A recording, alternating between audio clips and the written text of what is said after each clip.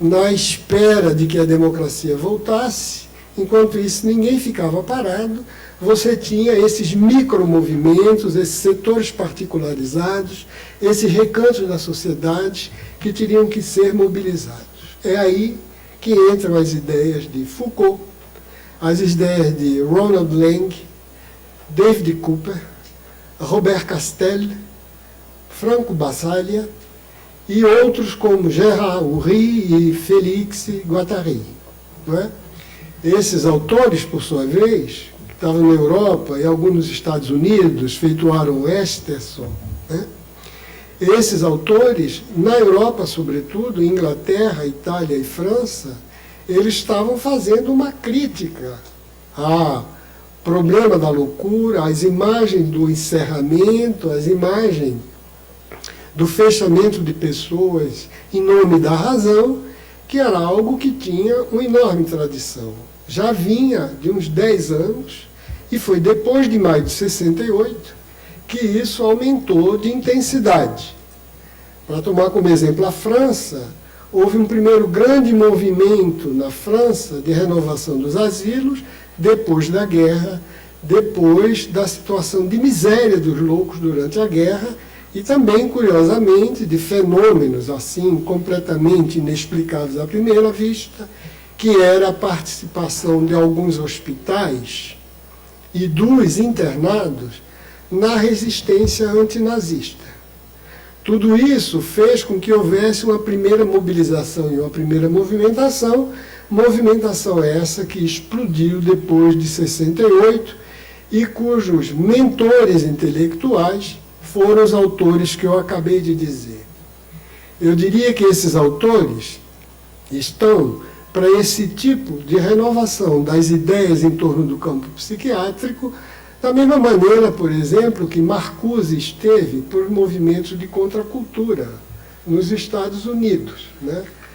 Movimento hippie.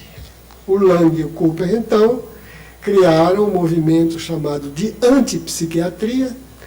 O Basaglia criou psiquiatria democrática. O Rio Guattari, baseado em Deleuze e Lacan, construíram o que eles chamavam de psicoterapia institucional. Pois bem, esses autores, todos, acontece que no Brasil houve uma curiosa confluência. É alguma coisa típica ainda a ser estudada e de muito valor, uma particularidade muito grande da psiquiatria, da história da psiquiatria brasileira.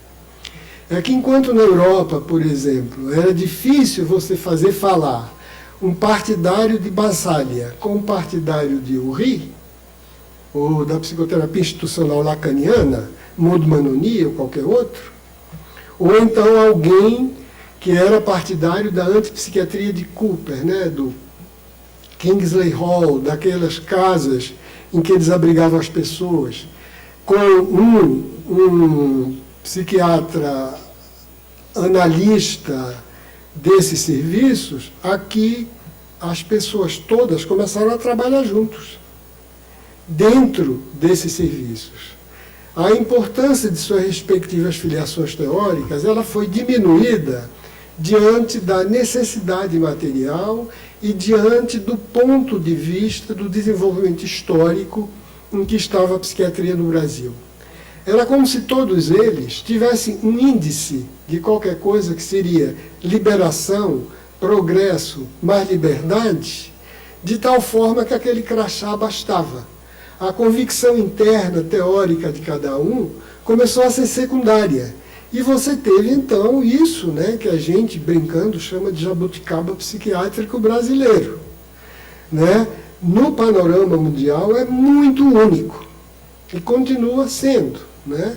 O caso em que instituições psiquiátricas voltadas, né, para o atendimento, para a assistência, para a cura, o que quer que seja, ela é capaz de fazer com que os profissionais de diferentes convicções teóricas e teorias e formulações sobre o psiquismo, eles venham funcionar.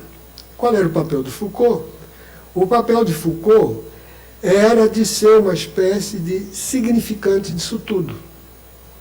No fundo, Foucault, como eu vou procurar mostrar agora, rapidamente, cada vez que você descia um nível, que seria o nível do face a face com cada uma dessas pessoas, a teoria de Foucault, ela apresentava atritos, ela não era facilmente conciliável, ela tangenciava, mas muitas vezes esbarrava, ela às vezes dava a impressão que não ia adiante, que ela não iria além com relação às outras teorias, por conta dos próprios pressupostos, por conta das próprias bases teóricas das teorias de Foucault.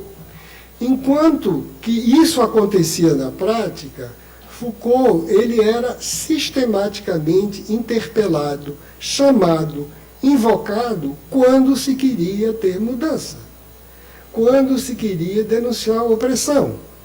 Eu acho que ele, particularmente, ficaria muito contente se alguém dissesse: sua teoria não serve no varejo, agora no atacado ela é uma maravilha. Ele dizia: bom, eu sirvo para isso, então está ótimo, minha tarefa está cumprida. Ele queria muitas vezes, como ele disse, ser uma caixa de utensílios que servisse, como ele vai dizer, para denunciar a alienação, para denunciar a opressão, para denunciar as estratégias do poder. E, de fato, aqui, no panorama da psiquiatria, ele funcionou dessa forma. Ele funcionava dessa forma. Por quê?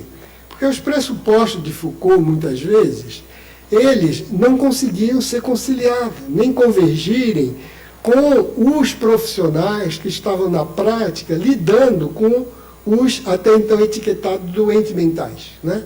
Que a gente pode falar de analisando, a gente pode falar de sujeito, a gente pode falar de usuário, a gente pode falar de cidadão, a gente pode falar de vários nomes para essas pessoas que eram até então doentes mentais e que os profissionais queriam evitar de cristalizar um estado de vida, um estilo de existência, numa fórmula que era uma fórmula infame, infamante, estigmatizante, desqualificadora. Né? Muito bem. Acontece que no dia a dia, junto com essas pessoas, nos ambulatórios, nos consultórios, nos hospitais, nos centros, nesse momento, a teoria de Foucault, ela apresentava obstáculos para a continuidade do raciocínio, para o desenvolvimento da interlocução, do diálogo com vínculo. Né? Vejam bem, eu não estou atribuindo a Foucault uma intenção que ele nunca teve, que aliás que ele jamais teria, que era de usar a teoria dele na terapia e no tratamento. Imagine só, seria um contrassenso. Não obstante, ao desenvolver sua obra, ele acabou formulando teoria sobre o sujeito e a subjetividade. Teoria sobre o sujeito e a subjetividade que eram todas, que compunham todas esse enorme arco, que era o arco da luta contra o poder, que era sempre opressivo de um lado, embora fosse constitutivo do outro, não é? Muito bem. Isso dito, eu vou separar em 3 grandes blocos. Evidentemente o Bernard está aí, eu sei que ele é especialista. E isso que eu faço é realmente uma pincelada da maneira mais geral possível. No que concerne à psiquiatria, eu acho que há 3 momentos teóricos da obra de Foucault que mostram a dificuldade que houve entre a teoria dele poder descer capilarmente no atendimento, na assistência, na relação com as pessoas que eram objeto dessa militância de denúncia dos asilos e de reforma psiquiátrica. O primeiro momento é o momento até o poder psiquiátrico, né? É o momento de doença mental e personalidade, doença mental e psicologia, introdução ao sonho e à existência de Binswanger, história da loucura, Raymond Roussel e o pensamento de fora, né, la pensée du dehors, quer dizer, esse primeiro momento, efetivamente, Foucault ainda está bastante preso à referência da fenomenologia. ele já faz crítica à fenomenologia filosófica, depois ele adere à fenomenologia psiquiátrica, né? E ele continua trabalhando aquilo ali para ver em que medida aquilo ali pode desvelar uma figura, um desenho da subjetividade que seja menos alienante. Nesses momentos, eu acho que Foucault faz duas grandes críticas às práticas psi em geral. A primeira é a crítica de dizer que a razão, os esquemas racionais interpretativos das teorias psicológicas psiquiátricas, ela é incapaz de dar conta, de representar de fato o que é o mundo da loucura. Então, primeiro é a imagem da loucura, tal como ela aparece naqueles grandes quadros que Foucault pintava, sobretudo na história da loucura, né? E que trazia mesmo aquelas imagens de marca, tipo a nave dos loucos, do Bosch, que ficaram célebres, né? Pois bem, aquela imagem da loucura, ele dizia que a tentativa vã dos saberes psi era traduzir aquilo que por si falava numa espécie de imanência e de autorreferência intraduzível à luz da razão, exceto pela violência, pela brutalização, pela forçação. Do contrário, aquilo era um universo cheio em si que dialogaria com outro universo que seria o universo racional. Então, isso da imagem não poder ser traduzida pela linguagem. Num outro momento, é diferente. É a ideia de que a linguagem e a loucura têm uma sintaxe. Essa linguagem não pode ser traduzida na linguagem racional. Então, nos dois casos, o que está em jogo é a ideia de que a loucura não pode ter sentido. Cada vez que eu atribuo um sentido, que é um decalque, que é especular ao sentido que eu racionalmente dou ao sujeito e ao mundo, eu estou violentando aquilo e eu só posso obter efeitos de sujeição, de violência, de brutalização do outro, quem eu quero, custe o que custe, trazer para o universo de sentido da vida, que não é o universo de sentido construído com aquela experiência, com aquele estilo de existir. Então, Foucault diz muitas vezes, né, que o que ele gostaria de mostrar era de chegar ao nível que ele poderia interrogar uma experiência sem sujeito. Haveria uma espécie de impessoalidade naquilo que não seria subjetivável, psicologizável, que não se trataria de dizer nasceu aqui, veio disso ou daquilo, mas que simplesmente é uma possibilidade do existir. Ele estava muito ligado na fenomenologia. Da mesma maneira que quando ele fala do que poderia ser o princípio e o fundamento disso, né? Aí já na ordem do afeto, ele diz que é a angústia, né? Mas ele diz que esse nó de angústia, no caso do Roussel, por exemplo, ele é mínimo diante da obra do que Raymond Roussel fez. Ou seja, no primeiro caso, é a cognição, é a razão que não dá conta da desrazão. Existe uma lacuna que eu quero preencher, custe o que custe, com sentido. No segundo caso, eu tenho uma angústia que de fato existe ali, que depois eu posso traduzir em sofrimento. Quando eu passo para a estética, quando eu passo para a linguagem da arte, essa angústia também não tem tradução possível e muito menos absorção. De maneira que Foucault, lido à luz dos cânones dos psicólogos e psiquiatras, ele tem um curioso afastamento e curioso distanciamento do afeto, da angústia, do sofrimento como categoria. Né? Vejam bem, como categoria teórica, não como experiência humana.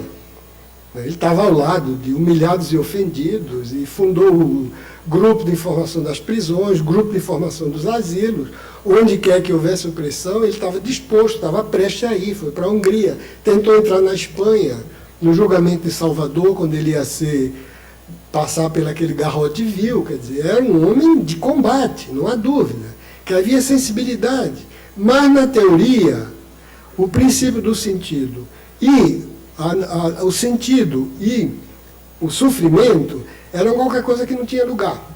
Eu suspeito que ele achava que isso tudo cheirava demais a uma intimidade, que era aquela intimidade sujeitada, que depois ele vai descrever, e que ele não queria cair nessas armadilhas.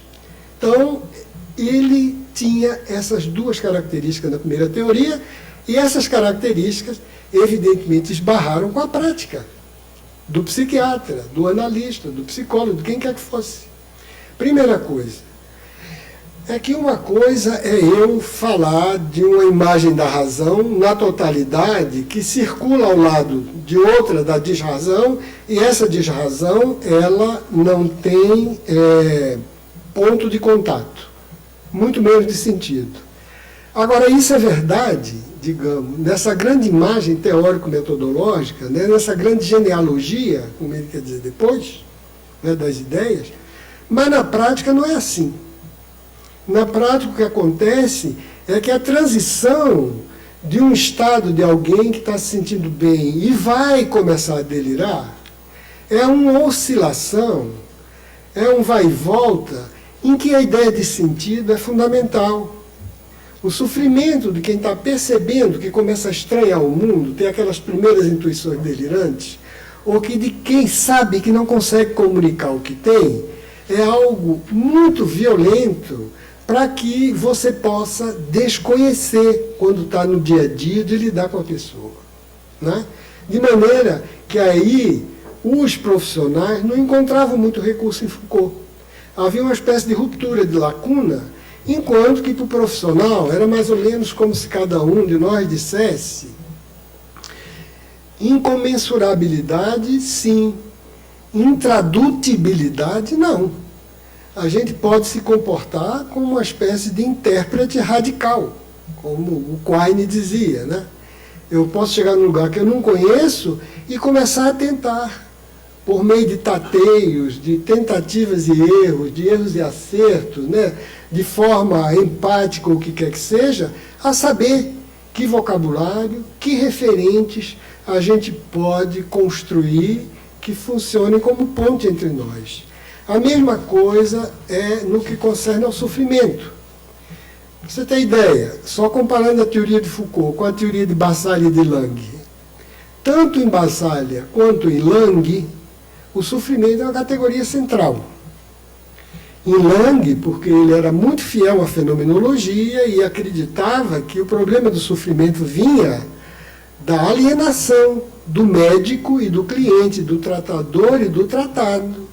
Porque em vez de ter um diálogo vivo, o saber psiquiátrico objetivava um sujeito que não tinha como interagir com aquele que o observava e, consequentemente, essa alienação no cumprimento de papéis, na coisificação do outro, era fonte de sofrimento.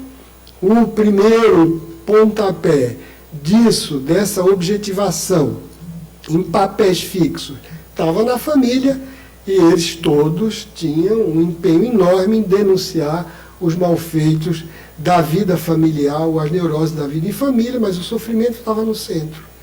Para Bassalha era a mesma coisa. Bassalha, no início, era um filho da fenomenologia.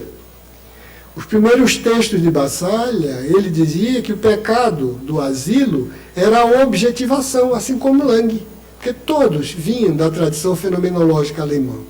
Não é? Então, essa objetivação era que fazia a dor e o sofrimento de ambos. Depois, Bassalha vai avançando, vai achando que essa objetivação tem uma causa, tem uma autoria, que é a ordem capitalista alienadora, e vai se aproximando cada vez mais de uma versão marxista da discriminação. Mas a ideia de sofrimento permanece. Vocês imaginem, esse instrumental, na mão de quem está lidando com as pessoas que estão nos hospitais, nos postos, eram muito mais úteis. Eles se sentiam muito mais aparelhados, muito mais municiados, do que com uma ideia de angústia, né, como qualquer coisa que era uma espécie de nó central do ser. Bom, eu vou então apressar, porque eu estou vendo que meu tempo está um pouco escasseando. Vamos passar para o segundo ponto. O primeiro tópico, a loucura, análise da representação da loucura, que eu diria isso de maneira genérica, nesses primeiros capítulos, isso é bruscamente interrompido com o biopoder, com o curso do poder psiquiátrico. A partir daí, não se trata mais de analisar qual a história, qual o momento histórico que permite o surgimento da ideia de doença mental. Não se trata mais de analisar por que as instituições se alienam e se tornam opressoras.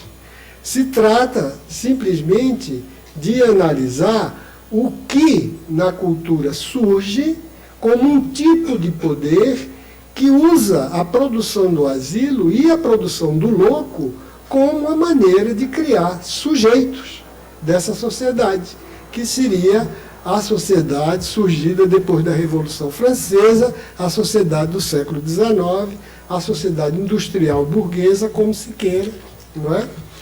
Então, nesse caso, o método de Foucault é outro. Não vou mais falar de violência de exclusão. Eu vou falar de disciplina. Em vez de excluir e objetivar, eu vou produzir pelos meios de coerção. Então, análise da arquitetura, análise da fala, em suma, do que ele chamava de dispositivo de poder, práticas discursivas ou não discursivas, que produziam aquele sujeito, que era um sujeito que depois ia ser caracterizado como louco. Da mesma maneira, no que concernia a instituição, também não. Aqui não se trata de dizer que a instituição é uma instituição total, opressora, como o Goffman, o Erving Goffman dizia. Não se trata disso. Se trata de dizer que a instituição está na exata medida do louco e vice-versa. Ela existe para ser desfeita, porque ela faz parte do dispositivo que cria a ideia dos direitos do homem e desenha o homem ou o indivíduo de uma tal maneira que seja um indivíduo assujeitado, que seja um indivíduo que tenha introjetado, a gente diria, todos esses mecanismos de docilidade, de submissão. Não é? Muito bem. Isso aí também era qualquer coisa que se chocava. Se chocava quando, na verdade, muitas vezes a figura, a imagem do indivíduo autônomo, autossuficiente, do indivíduo do liberalismo, que pode ter autonomia de decisão e sabe fazer escolhas, era qualquer coisa que era buscado, muitas vezes, na prática psiquiátrica. E eu estou buscando isso para quê? Ora, esse indivíduo, em Basile, é fundamental. Basile dizia, eu não quero doente, eu quero usuário e quero cidadão. E o cidadão era, de início, e sobretudo inicialmente, um cidadão tal como era concebido pelo liberalismo, capaz, inclusive, de criticar a ordem liberal. Quer dizer, de novo aí, a gente não sabia exatamente como lidar com esse sujeito do biopoder quando você estava no face a face com alguém em situação de cuidados, né? Por fim, vem o terceiro momento teórico, eu vou apressar um pouquinho, que aí já não tem muito mais a ver com psiquiatria, mas muito mais a ver com psicanálise, com a sexologia e as psicoterapias afins, né? Nesse caso, que são os estudos que começam não mais com a disciplina, o biopoder, mas com as técnicas do self, as tecnologias de si, a história da ética, né, como a história das asceses, é isso que vem da vontade de saber, do uso dos prazeres, do cuidado de si, que pega de fato, aqueles modos de subjetivação, né, da antiguidade grego-romana e depois do início do cristianismo. Ali, a pedra de toque do Foucault, o ponto de escora, é a noção de sujeito, que é uma noção dependente muito da outra noção correlata vizinha, que é a noção de prazer. Né? Foucault não queria construir uma teleologia, uma finalidade para o sujeito. Independência, etc. Qualquer dessas coisas, felicidade, parecia para ele nada mais do que uma ideologia derivada da opressão.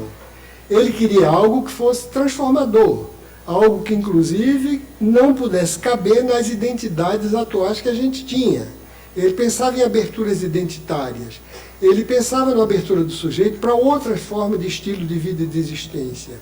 Ele sonhava, inclusive, com a sociabilidade que definitivamente nos tirasse do que ele chamava o domínio do sexo rei. Por exemplo, fazermos todos imaginar que internamente nós somos indivíduos cujo mais íntimo dos íntimos, cujo mais íntimo da sensibilidade é um desejo e muito provavelmente de ordem sexual. Tentando fugir dessa imagem, a imagem de uma introspecção, de uma intimidade desejante sexual, ele construiu a noção de prazer. Tem uma semelhança vaga, mas tem com aquele eros marcusiano. Não é sexo porque já é domado, é eros porque é libertário. E ele vai ver então que essa ideia de eros, essa ideia de prazer como objetivo, essa ideia de prazer como fundamento ontológico do sujeito, é o prazer que me define como sujeito, de critério epistemológico da verdade do sujeito, é o prazer que define minha verdade.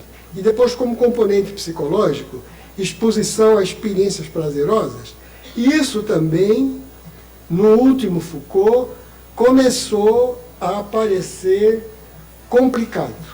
Começou a aparecer complicado porque, à medida que a década passava, mais a gente ia tendo testemunho, quem estava lidando com essa esfera agora, não dos hospitalizados, mas do que extramuro, fora dos hospitais, demanda cuidado psiquiátrico, a gente já estava começando a lidar com aquilo que o Richard Sennett e o Christopher Lest chamaram de cultura do narcisismo, quer dizer, um termo emprestado à psicanálise.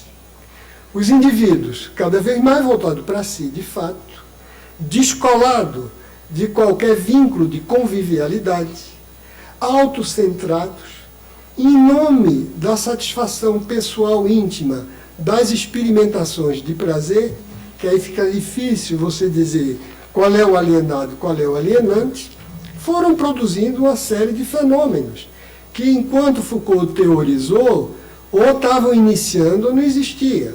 Eu vou citar um, por exemplo.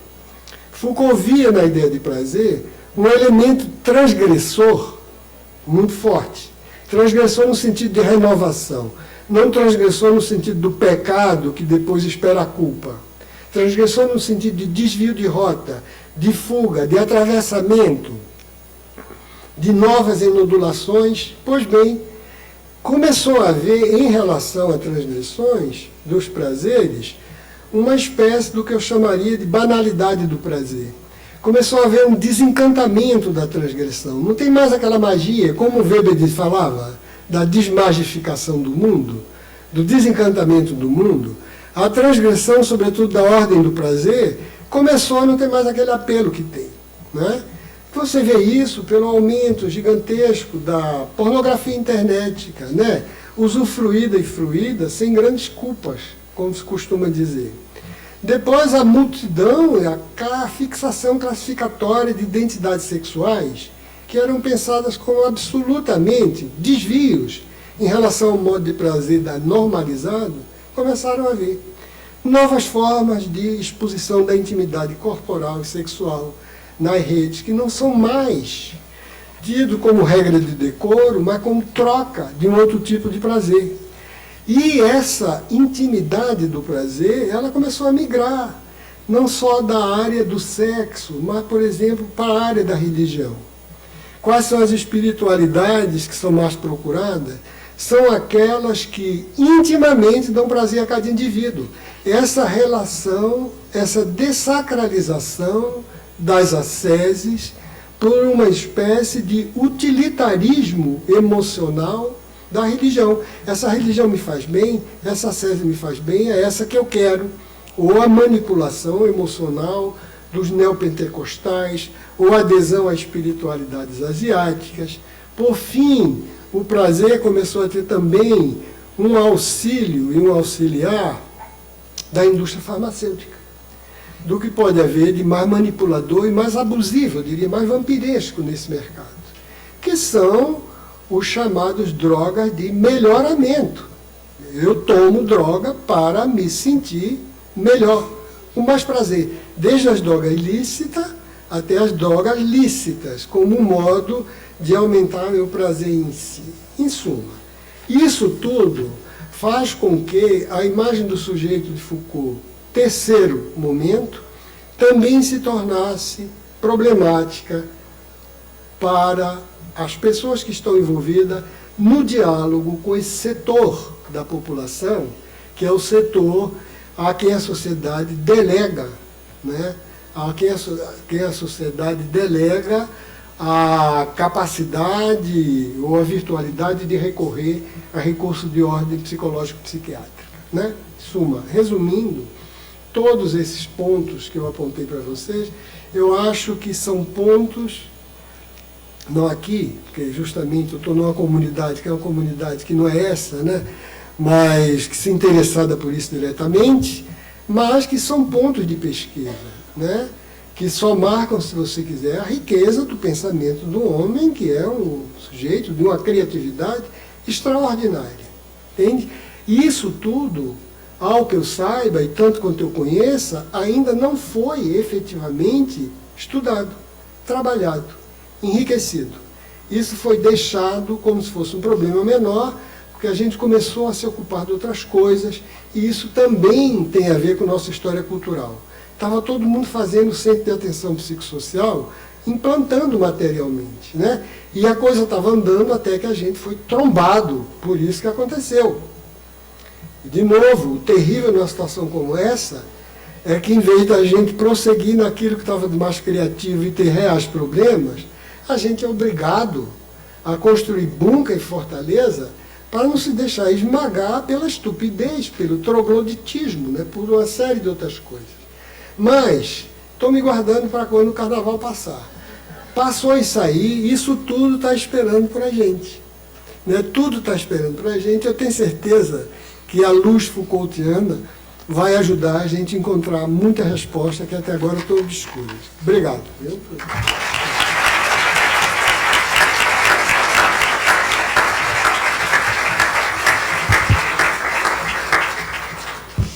Obrigada, Jurandir, por essa viagem pela subjetividade em Foucault até o nosso momento presente. Vou então passar a palavra ao Bernard Harcourt, diretamente. You want me to talk now? Yes. Yes? Okay. All right, let me just take a second to get the PowerPoint going. That might be a good idea.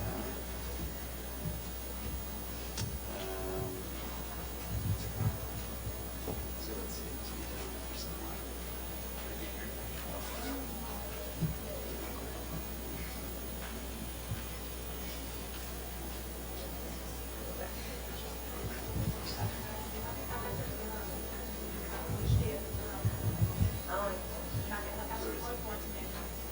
Do you want to just pull it up on the...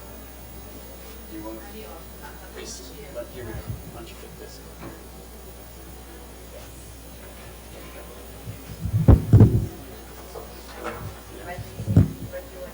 I'll just stand up. Okay.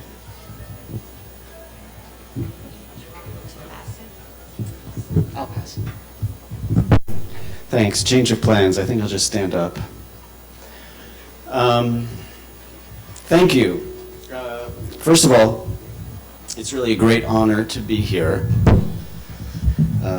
Great honor to be here with Professor Jurandir Freire Costa, one of the foremost psychiatrists in Brazil, one of the leading experts on Foucault's work. So it's a great pleasure. It's also wonderful to be here with my dear friend and longtime colleague, Antonio Pelle. Where did you go, Antonio? Oh, there you are. Okay. So not only for the invitation and for spearheading this seminar, but also for over a decade of intense and productive conversations about contemporary critical theory and about Foucault. Also, thank you, Fernanda Pradal, for moderating. It's wonderful to see you again. We worked together in Paris about 4 years ago, right? Yeah. Just one thought. As I was listening to the remarkable trajectory that you described, Professor Costa, I was thinking about the way in which, I was thinking about the relationship between the questions of pleasure that you were addressing and the questions of ways of life, modes of being, and the relationship and the differences between a philosophy that's focused on desire and on the genealogy of the desiring subject and the questions of desire and pleasure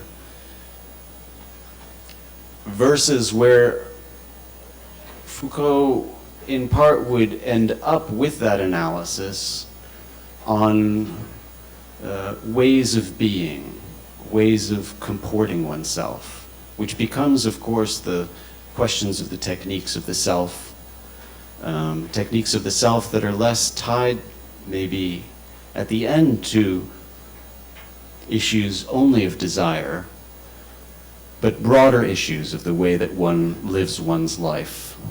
And I wonder if that trajectory, in a sense, maps onto a historical return to forms which, of course, it maps on well, given where he was going for his sources, but a historical return to forms of psychology and psychiatry that were much more embedded in antiquity,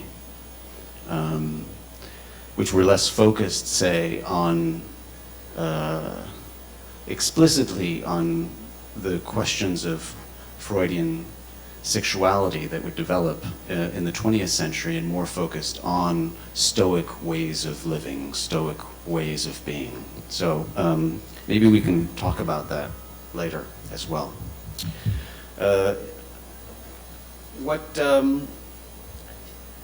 What I'd like to discuss with you, but this is going to fall. All right, so what I'd like to discuss with you today is two things. And I'll proceed in two parts, really. But I want to talk about Foucault and what I would consider to be a kind of critical method that we don't often talk about when we talk about Foucault. We often talk about archaeology, we often talk about genealogy. I'll talk about those for sure, don't worry. But I want to talk about a broader critical method that I think was really important in his thought, and then possibly tie that to some thinkings about the contemporary world and the contemporary struggles, political struggles that we're facing. So after the publication of the 13 Collège de France lectures, which you're all familiar with, starting with Lessons on the Will to Know, ending with The Courage of Truth, going through Security, Territory, Population, The Birth of Biopolitics. Remarkable set of lectures. We call them lectures, although they're really books, because Foucault had this way of talking a book, or speaking a book, or dictating a book as he delivered lectures. The remarkable set of lectures. The editorial committee, headed by François Eval, agreed to tackle the courses that Foucault had given before the Collège de France. These are now part of a series. There will be about 7 books. The first one is already out. Let me see if I can get this going. Yeah. The first one is already out. It's the courses on sexuality that he delivered in '69 at Vincennes and in '64 at Clermont-Ferrand. That's the first volume of this series that's called Cours et Travaux avant le Collège de France. And it will be going through some of the courses. One will be the courses that he gave in Sao Paulo on les mots et les choses, and others. The next one is well, it's actually a manual. So the funny thing is that, of course, once you start looking at what looks like a lecture manuscript, it becomes actually a real manuscript. So the next volume is going to be on Bisvanger. And I've been tasked to edit the volume that will deal with Foucault's lectures on Nietzsche, which he delivered at the Experimental University of Vincennes in 69-70, as well as at McGill University in April 1971, a conference he gave at Buffalo in the United States on Nietzsche, as well as some of the earlier writings that he had on Nietzsche. It's all part of, there are actually 523 pages in one of the boîtes at the Bibliothèque Nationale de France that contains all of these. And it's material that actually covers a span of about 20 years, from about 1953, when he started writing and teaching on Nietzsche at the École Normale Supérieure, to about 1973, when he was here at PUC, Rio, and delivered his remarkable set of lectures, Truth and Juridical Form. And actually, 73 was about the time when he was here that there was a bit of a bookend with his, in terms of his direct engagement with Nietzsche. Nietzsche, after 73, would continue to be a point of reference, but not really someone that he was as directly engaging as he did in, for instance, 1964, when he writes Nietzsche, Freud, Marx, or 1971 when he writes Nietzsche, Genealogy and History. Now, working on this material has changed the way I think about Foucault's relation to Nietzsche, and for that matter, my own relation to Foucault.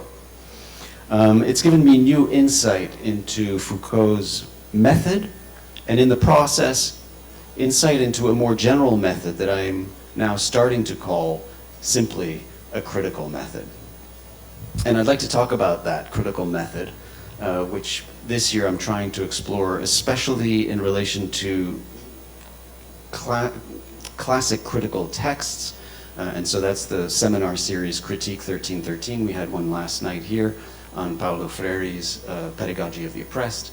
But the idea is to actually apply that critical method that I feel can be extracted from Foucault's relationship to Nietzsche to other texts. And so what I'm going to do is I'm going to proceed in two parts. First, let me talk about Foucault and Nietzsche, and then I'll go to the contemporary context and the ways in which some of this could be rethought and reapplied. Now, so let me start with Foucault and Nietzsche, and let me try to explain to you this idea of a critical method. When we talk about Foucault as a methodological matter, we generally associate him with two forms of critique, archaeology, which is, for instance, very evident in his work Les Mots et les Choses, and genealogy, which is very evident in his work Discipline and Punish. Now, and those are typically what we talk about when we talk about methods. Of course, archaeology, as you are well aware from Les Mots et les Choses, right, is the effort to excavate layers, epistemic layers that are so thick in terms of the unified way in which we thought during a particular period, that you need to understand that layer and the relations between the disciplines in that layer, because that's what's going to make sense historically of work from a particular period, rather than kind of going through the layers in a single discipline, for instance, right? That's the idea of Les Mots et les Choses, right? It's an archaeology in the sense that what he was trying to find was the epistemic set of ways of seeing the world, say in the Renaissance, that went across all of the disciplines. right?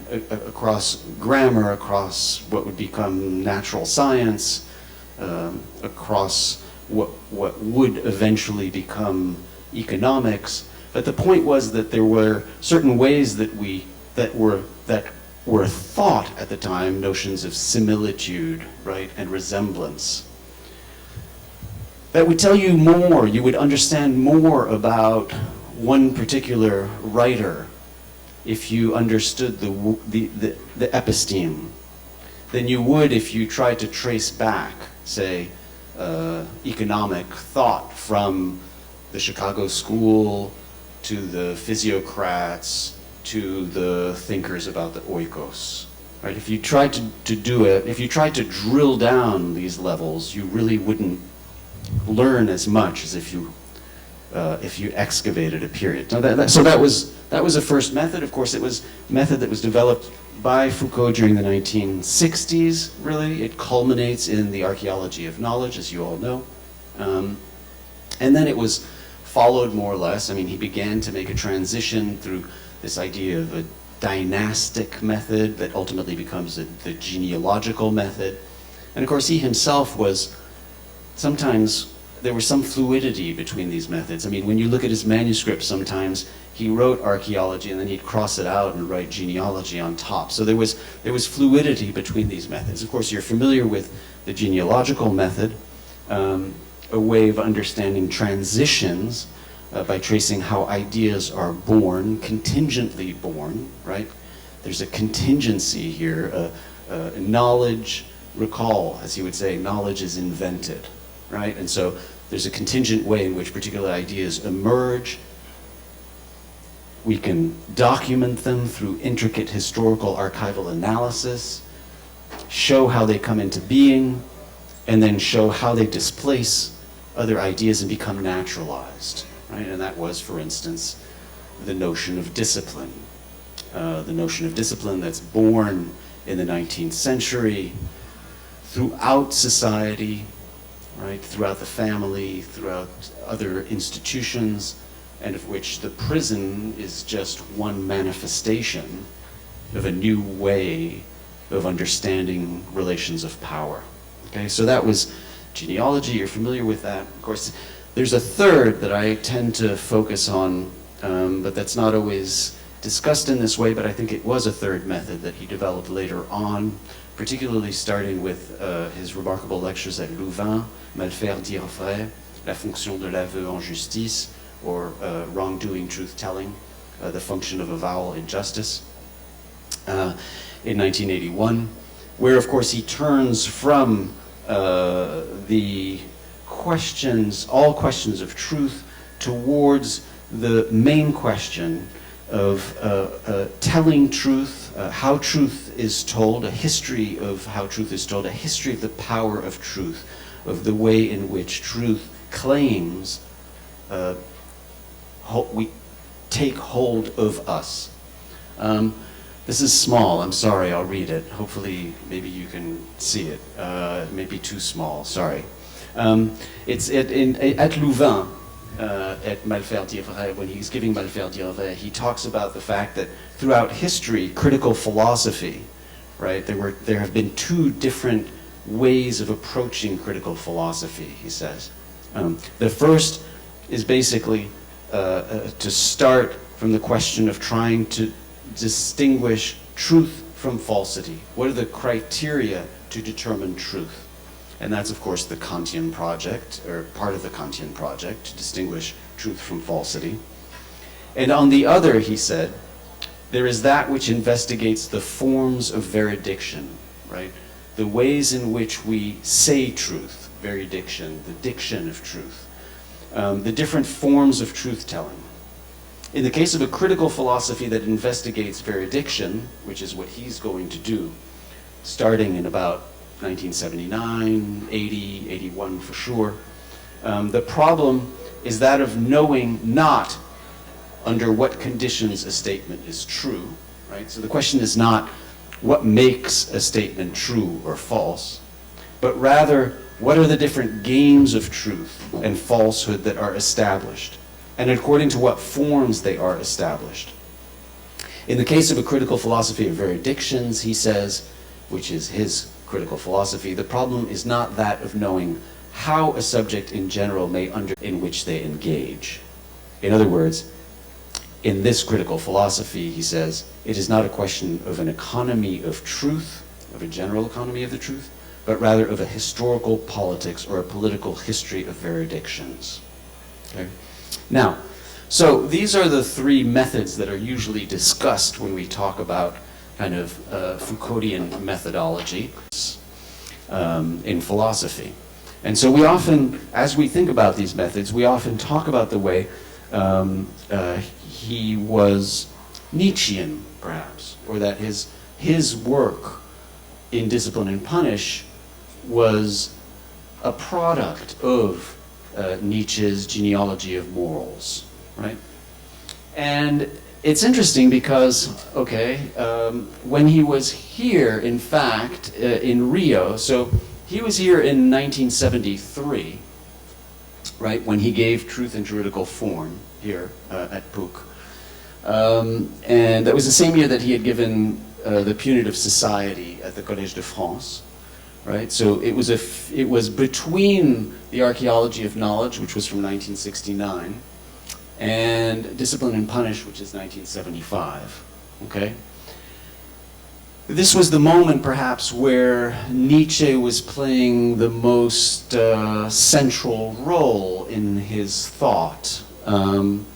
Nietzsche had played an important role in about 1953, and the way Daniel Defer, his longtime partner, explains it, Foucault always turned to Nietzsche to get rid of Marx, is what he says. And so in 1952-53, he turns to Nietzsche to get out of the Communist Party, okay, which he leaves in 1952, basically. But he comes back to Nietzsche in about he writes an essay for Deleuze, as you know, in 1964, Nietzsche, Marx, Freud, right? But then he comes back to reading Nietzsche in about 1967, after the order of things, and one tends to think that Nietzsche was most important in this period here. 69, he's giving lectures at Vincennes on Nietzsche. 71, he writes this famous essay, Nietzsche, Genealogy, History, right? You're all familiar with that. And when he comes to PUC in 1973, he actually says that that basically his one reference could simply be Nietzsche, right? So this is in the first lecture, he really approaches the question of the invention of knowledge through Nietzsche. At this period, he's starting to invent the notion of knowledge power. This is when it's about 1969, 70, when he's starting to invent this brilliant theory about the way in which knowledge itself is embedded in relations of power, that there is no powerless knowledge, that there is no objective knowledge that's not touched by relations of power, that's not the product of relations of power, that there's no way to talk about objectivity, no way to talk about truth, really, as somehow being detached from all of the relations of power in society. And it's at Rio, in his first conference at Rio, that where he's developing these ideas, that he turns to Nietzsche and all the ways in which Nietzsche talked about knowledge. And he basically says, here, he says, it would have been possible, perhaps more honest, to cite only one name, that of Nietzsche, because what I say here won't mean anything if it isn't connected to Nietzsche's work, which seems to me to be the best, the most effective, the most pertinent of the models that one can draw upon. In Nietzsche, one finds a type of discourse, actually this relates perfectly to what you're saying, Professor Costas, right? A type of discourse that undertakes a historical analysis of the formation of the subject itself, a historical analysis of the birth of a certain type of knowledge, without ever granting the pre-existence of that subject of knowledge, right? So there's no pre-existing subject of knowledge. The subject of knowledge is herself formed by these relations of power and born through this process of the formation of the subject. But what's important here, of course, is that, you know, he's saying, in a, you know, self-deprecating kind of way, look, this is Nietzsche, right? And as a result of that, many of us, including myself, have often said that this was a Nietzschean period, or that Discipline and Punish was influenced by Nietzsche, or that Foucault himself was Nietzschean. And we say this about others as well.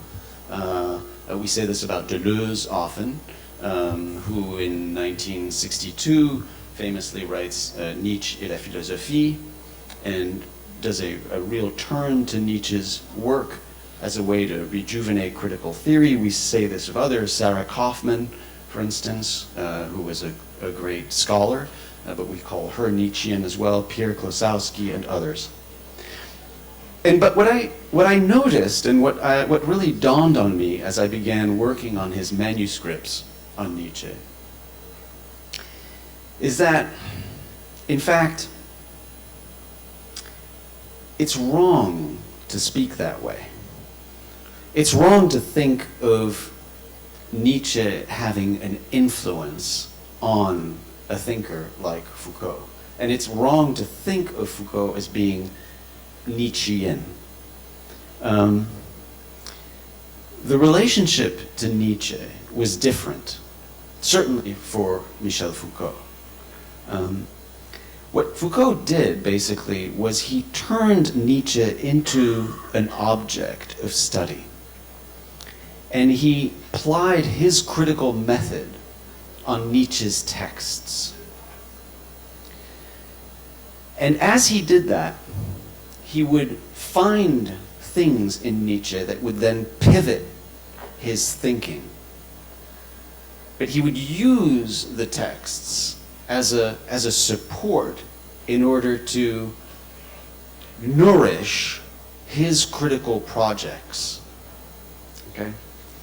And I think it's very important to think of it differently than to say he was being influenced by Nietzsche, particularly if you are in a particular strand of critical thought.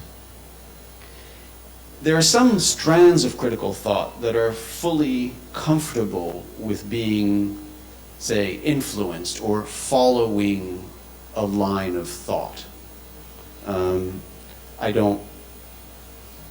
Maybe I shouldn't say this, but there are some ways in which it's possible to be Marxian or to follow a Marxian line. It's possible that there might be ways to be Freudian and follow a Freudian line. But what I'd like to suggest is it's not possible to be Nietzschean.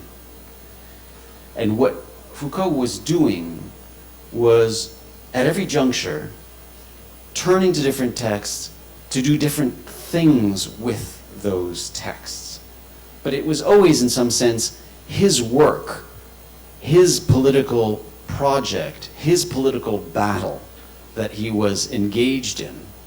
And as he was doing this, he was using Nietzsche's texts differently. To say that he would be Nietzschean would be in some way reductionist and misleading, because it allows for a notion of influence that itself is undermining, I would say, of the critical project. During the period 1960 to 1973, Foucault used Nietzsche's work in at least 5 different ways. I go through this in detail in a text that I placed on SSRN, so it's available. It's called the Illusion of Influence. So there's more detail about this. But just to summarize the 5 ways that he uses Nietzsche. The first would be he uses Nietzsche's work as a kind of a critical object of study. This is in 1960, when he is writing his introduction to his translation of Kant's Anthropology. And So this was his secondary dissertation, basically. The History of Madness was his primary dissertation, but he had to complement that with other work, which was a translation of Kant's Anthropology and a lengthy introduction to that. And at that point, he's using Nietzsche's discourse really at the end. You'll notice that it's a 10-section introduction, mostly about subjectivation and the creation of the subject. And it's in sections 9 and 10, at the tail end, and actually in the final paragraph, that he turns to Nietzsche. And he turns to Nietzsche as a way to kind of open a space. It's kind of like he uses Nietzsche as a can opener. He speaks about the surhomme, the overman, as a way to get out of essentially the problem of the excessive focus, the anthropological focus on humans in modern thought. And so he kind of like turns to Nietzsche to get out of that anthropological illusion that had plagued phenomenology, especially existential phenomenology, during that time. Now, what's interesting is he didn't want his introduction published.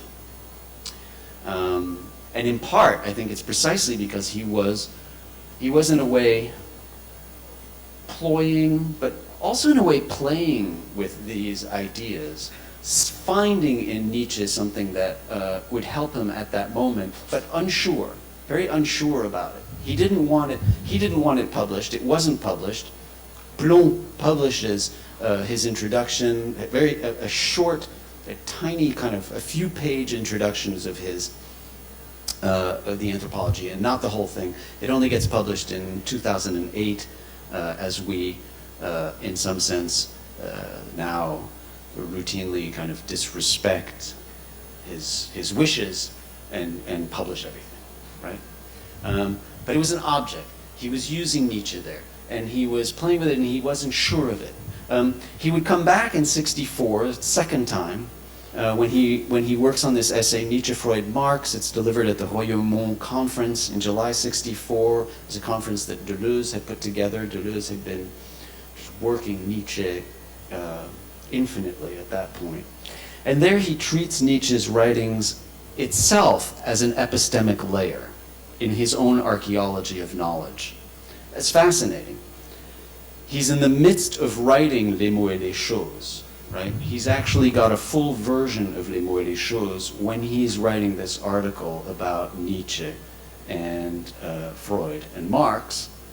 And what he does is essentially as he's developing his own notion of archaeological layers, he's using Nietzsche's text to create a new layer. It's the 19th century layer. It's a layer of interpretations, right? Nietzsche comes to represent an episteme of suspicion of the 19th century, as does Marx and Freud, the great three hermeneutes of suspicion, right? Although he kind of puts aside Marx and Freud, but what he wants to show there is what Nietzsche offered was this idea of constant interpretation. Everything is always a question of interpretation. There is no foundation, there is no bottom. All of our interpretations do not lead to an original omega, but to just another interpretation. Right? And what he suggests there is that this was an epistemic way of thinking that was born in the 19th century, right? And so he's using it, again, as an object of study for his own work, The third one is his famous essay, Nietzsche, Genealogy, History, which was written between 1967 and 1970. It's published in 1971. And there, basically, Nietzsche's texts become a linguistic object of study for Foucault. He's looking at all of the ways in which Nietzsche talks about the notion of origin, of birth, of, of source, right? All of the different German words that Nietzsche uses, Erfindung, etc., to understand all of the variations between birth, source, progeny, all of the kind of genealogical words. And he's using Nietzsche's text as a laboratory to see what these words were: Ursprung, Entstehung, Herkunft, Erfindung. It's really a laboratory for Foucault to develop his own theory of the will to know, which he's doing at precisely that moment, 1971. And he's developing the theory of the will to know based on these different ways in which Nietzsche spoke about knowledge, ultimately gravitating towards the idea of invention, the invention of knowledge, right? Which becomes so important for Nietzsche. Well, it was so important for Nietzsche, particularly in Truth and Lies in an Extramoral Sense, as 1872, but it becomes so important for Foucault in 1971. It's then that he develops this theory, he's developing this theory of the will to know, right? It's not truth and falsity, it's our desire to know, our will to know that pushes us down these paths and makes us believe these things because we have this urge to know in these ways. That was the fourth. The fifth is his lecture on Nietzsche. Well, actually, 1, 2, 3. That was the third, I think, right? Okay. The fourth, then, is his lecture on Nietzsche, delivered at McGill University in April '71. The first of those 3 lectures was actually published as an appendix to Les Leçons sur la volonté de savoir, Lessons on the Will to Know, which was the first Collège de France volume. And there, what he's doing in those lectures there is kind of transitioning from the notion of the will to know to the idea of a history of truth. And so he reworks the language of invention in Nietzsche's writings, and he develops the idea of a history of truth and a history of truth-telling that will then unfold throughout the Collège de France lectures.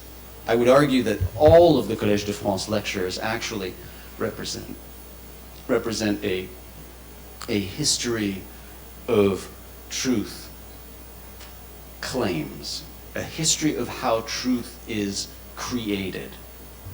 And actually, one of the best things to read is Truth in Juridical Form, which he gave here in '73, because it's so clear there, right? It's truth and juridical forms. It's how truth is created through juridical forms. What are the different, historically, what have been the different forms that we have used to create truth, whether it was ordeals, right? Trial by fire, trial by water, tests that would create the truth, or inquiries, investigations, right? Witnesses. And of course, these are different ways that we produce truth. Sometimes we come to produce truth through witnesses and inquiry and testimony, right? And one can actually, so here at Rio, he gives a perfect, it's probably the clearest illustration of this idea. But if you look at all of the courses at the Collège de France, you get it's a history of the different ways that we've produced truth. Not just juridical. At first he's primarily focused on the juridical, on the legal ways in which we produce truth. But then later the historical ways that we produce truth. How is it in history? How is it in history through different historical schools that we produce truth? Realism in a historical context, for instance. Right? The idea, and this is from Il faut défendre la société, the idea that you only know something is true if it reflects the self-interest of the nation, say. right? A realist school in international relations, right? That's a particular way in which we create truth. We claim that something is true because it's in the interest of the Brazilian nation, or it's in the interest of the American nation. And that is the basis that we hang on to say, well, it's got to be true. They're doing this for this reason because that's the national interest, say. A realist school would be very different than some other way of thinking about how it is that we're going to infer what is really going on. He then, as you know, in Birth of Biopolitics, he then goes to political economy, right? And his work on neoliberalism in 1978, 79, all of that really is how is it that the market becomes the basis of truth? How is it that we tie truth claims to the outcome of market mechanisms, right? Okay, in any event, in 71, he's using Nietzsche's writings to develop this idea of a history of truth, right? And he writes, you know, knowledge was invented, he says in those lectures, but truth was even more so later. Okay, so he goes there, and I would say that that would be kind of Nietzsche's work as an alloturgy. Aletes is truth in ancient Greek. Alloturgy, it's a kind of like a truth-oriented object of study. And then finally, his conferences here at Rio, Truth and Juridical Form, where he treats Nietzsche's writings basically as a political object of study. He specifically refers to the discourse of Nietzsche, right, which is telling, as he's treating it as a form of discourse, as he does for madness, or as he does for crime, or as he does for sexuality. It's a discourse. Nietzsche's writings are a discourse that he is interpreting to demonstrate how that discourse can be used as the model for a critique of knowledge power and a critique of the creation of the subject. Okay, so at each stage, Foucault is basically taking Nietzsche's written words to study them from a different angle. He's applying Nietzsche's discourse to his own intellectual pursuits, to his own political struggles. This is a period for him of pure political struggle, not only in the psychiatric context, but also in the prison context, right? I mean, this is a period where, this is the period where he's participating in the Groupe d'Information sur les Prisons, 1970, 1971, right? Where they have a massive intervention to kind of expose what's going on in the prisons and allow the prisoners' voices to be heard. It's a movement that causes, or that is followed immediately by massive riots throughout the French prison system. And he's completely engaged in that process and in those politics, and all of his turning to Nietzsche is a product of his political projects, right? The discourse analysis that he's developing at this time, the discourse analysis that he develops basically during the kind of archaeological period, is intimately tied to his work with the prisons, right? Because his work with the prisons is about hearing their voices. It's about hearing their discourse, right? I mean, and just as an aside, when he's originally invited to work on the prisons, he's asked to do you're probably familiar with this, he's asked to do a popular tribunal, right? Because there were lots of popular tribunals at the time. That was a kind of a Maoist thing at the time, and it was Maoists who asked him to work on the prison. It was Jacques Rancière, Daniel Rancière, Daniel Defer, who were all gauche prolétaire, so Maoists at the time. So he was surrounded by Maoists, and basically he was asked to do a popular tribunal like Sartre had done. Sartre had done a popular tribunal up in northern France, in the Pas-de-Calais, to kind of put the minor companies on trial. And he's asked to do that here in the context of the prison, and his response is, well, yes, I'm going to work on the prison, but I can't do it that way. I can't speak for, I can't prosecute, I can't judge. What we need to do instead is hear the prisoners, right? We've got to find a way to hear the prisoners, and that's the whole project, the Groupe d'Information sur les Prisons. It's to allow the prisoners' voices to be heard. So he's engaging in these political projects. As he's engaging in these political projects, he's thinking it through by kind of using Nietzsche as an object, using Nietzsche's text as an object, coming back to it, using pieces of it, finding things, responding, and creating his own critical theory. You know, there's this famous passage, or this famous quote where he says, this was in an interview where he says, "For myself, I prefer to utilize the writers I like. The only valid tribute to thought, such as Nietzsche's, is precisely to use it, to deform it, to make it groan and protest. And if then the commentators say that I am being faithful or unfaithful to Nietzsche, that is of absolutely no interest," right? Now, I think that this particular interview and this particular passage gets at this critical method, right? A critical method where you're not going to a text to try and understand what it's authentically saying, what it historically said, but going to a text to use it, to deploy it.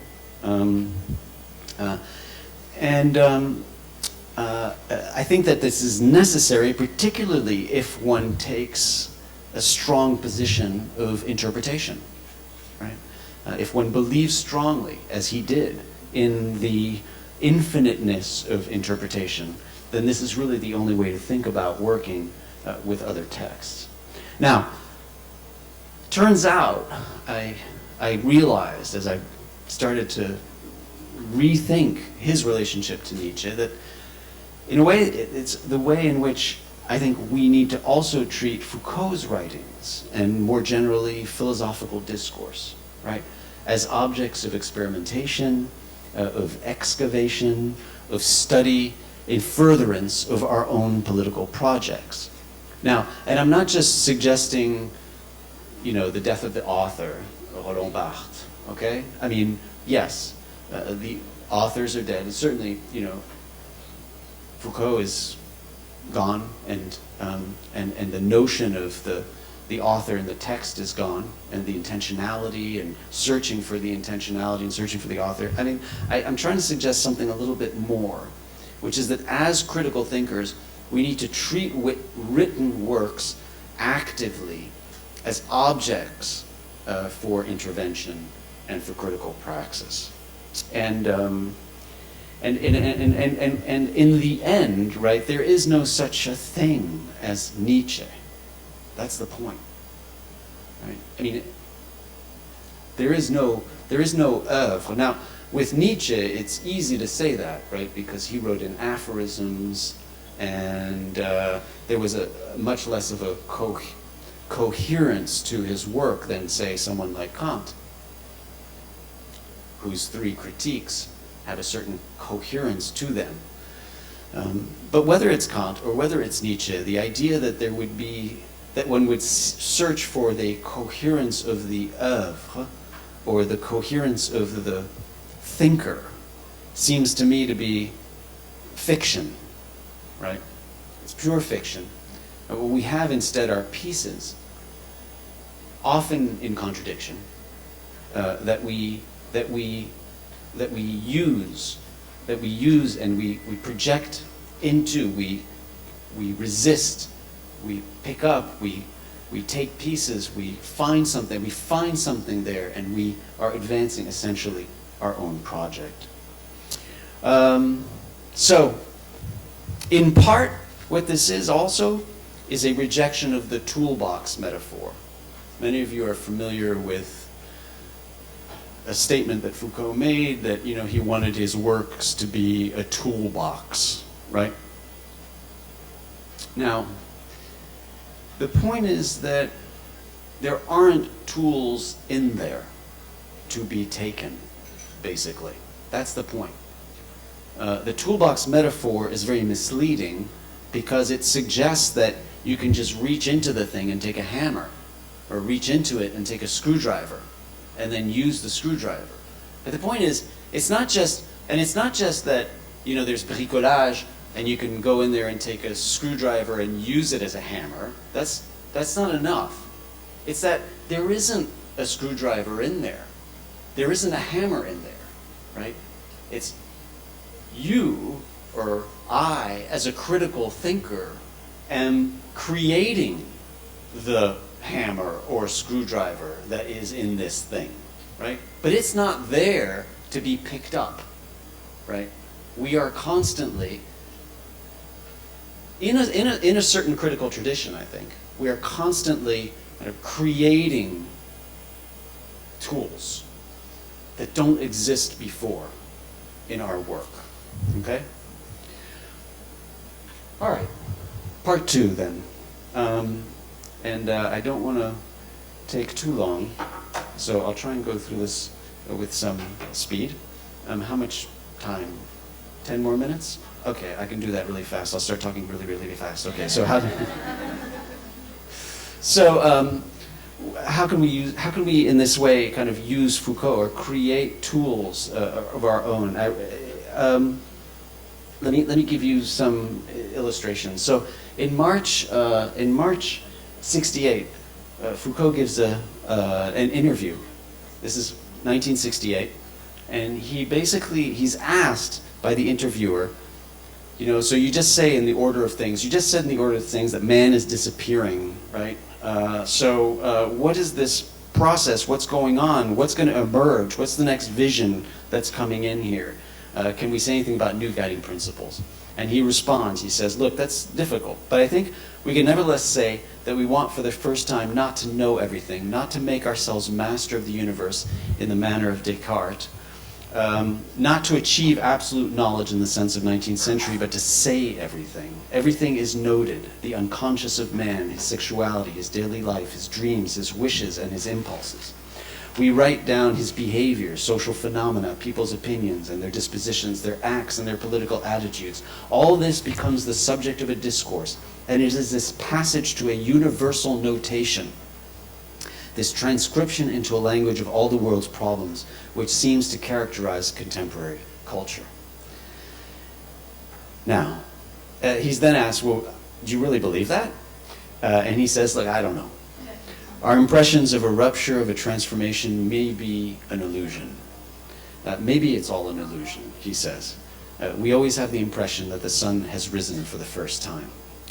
Now, what's fascinating, of course, is that it's not really an illusion.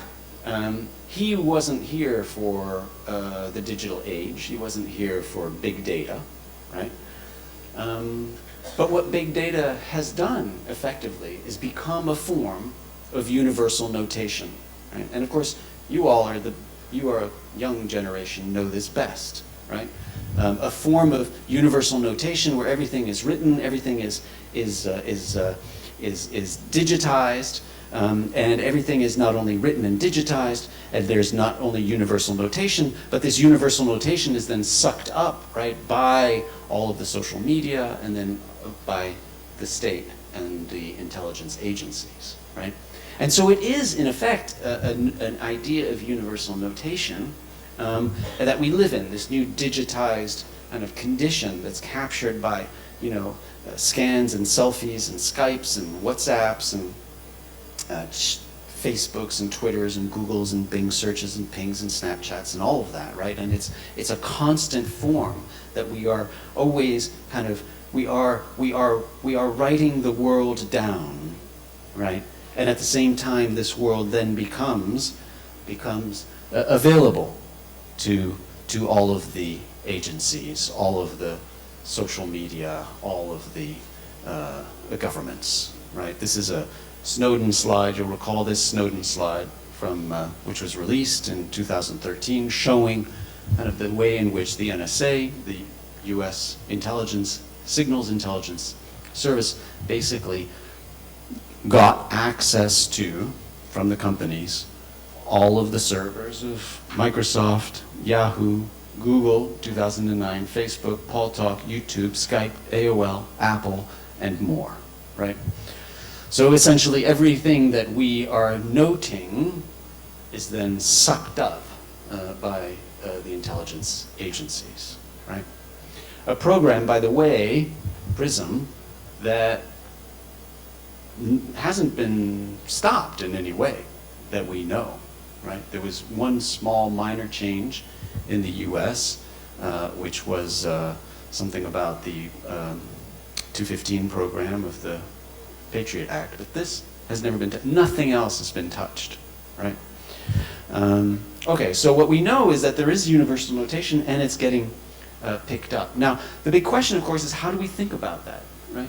And Foucault thought a lot about these questions, and you're very familiar, of course, from the punitive society, from Discipline and Punish, the way in which he understood the modern way in which power circulates, right? It was an inversion for him of the spectacle.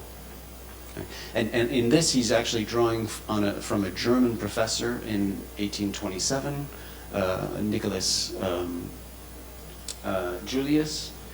There's a long discussion about that in the Punitive Society. If you're interested, this is all from the Punitive Society, where he talks about this German professor had understood that the ancients had understood how power circulates. It's masses are brought together so that they can all watch kind of one person, right? And that was the architecture of how power circulated in antiquity.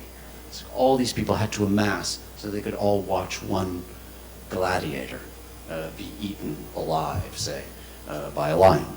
And that what Julius understood in 1827 was that this got reversed in modernity, right? And so the architecture got completely flipped, and this is what Foucault picks up, right? This is precisely what happens in the modern era, the reversal of the spectacle into surveillance, right? Surveillance is one person in the middle being able to see everybody around them, right?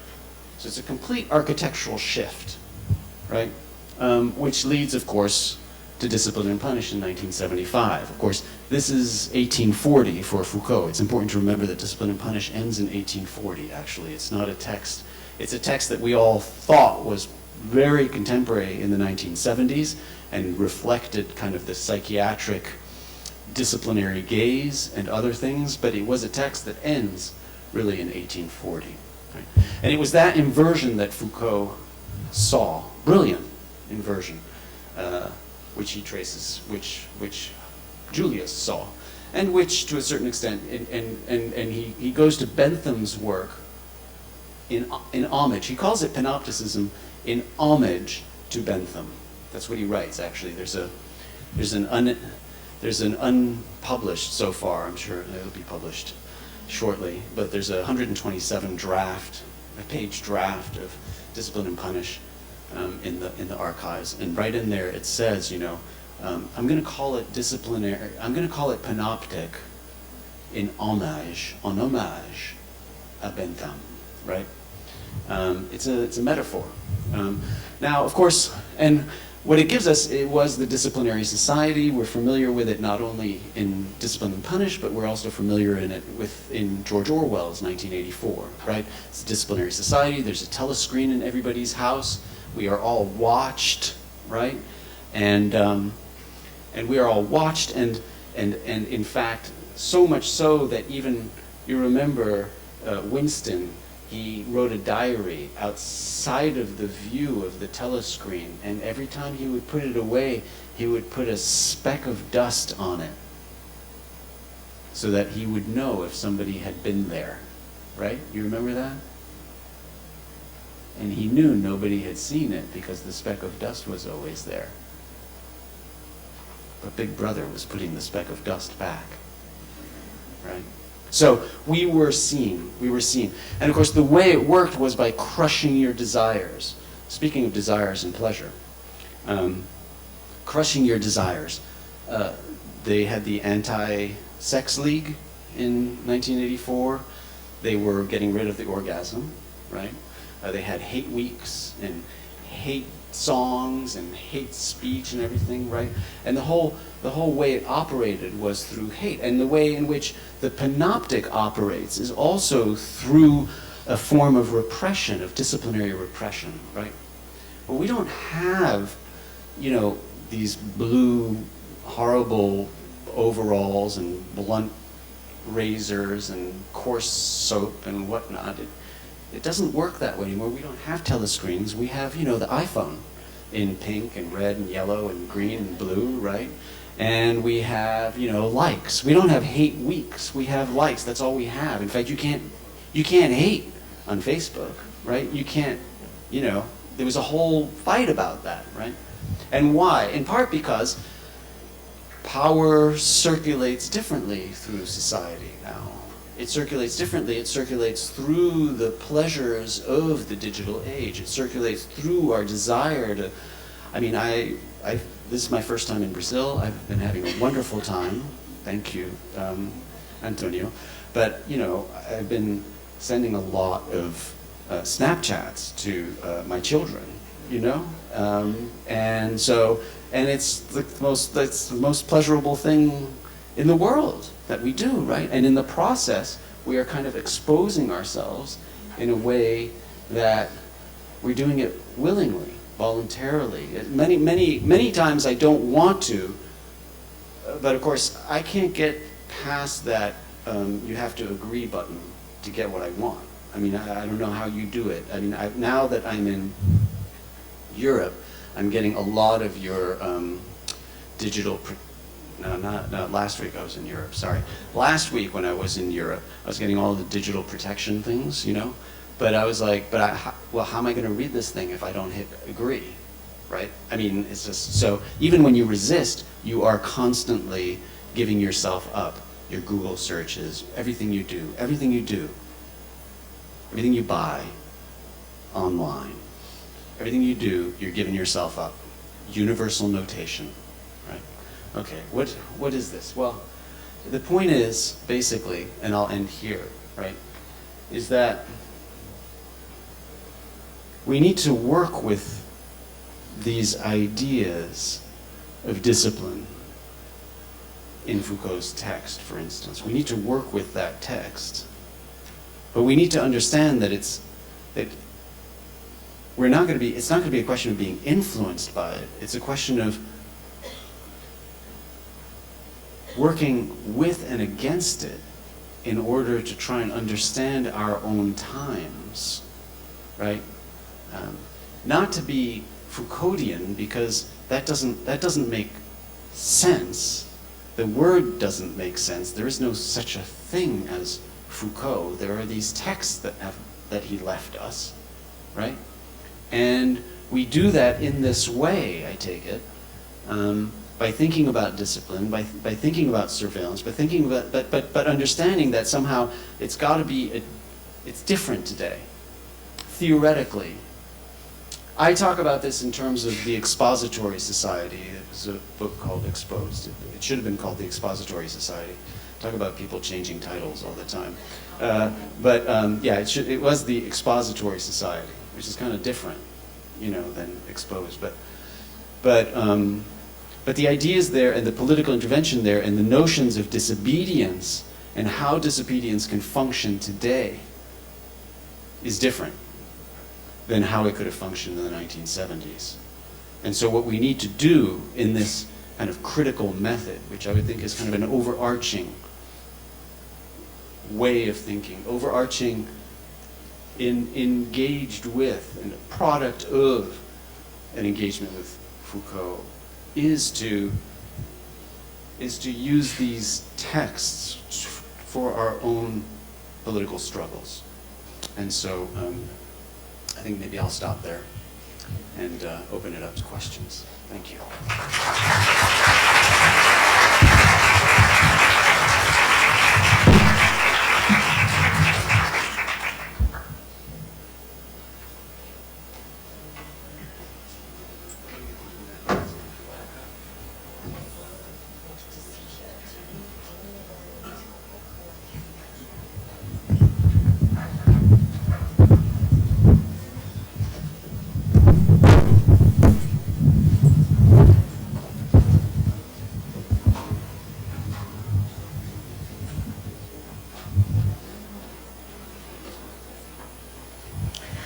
Bom, muito bem. Thank you, Bernard.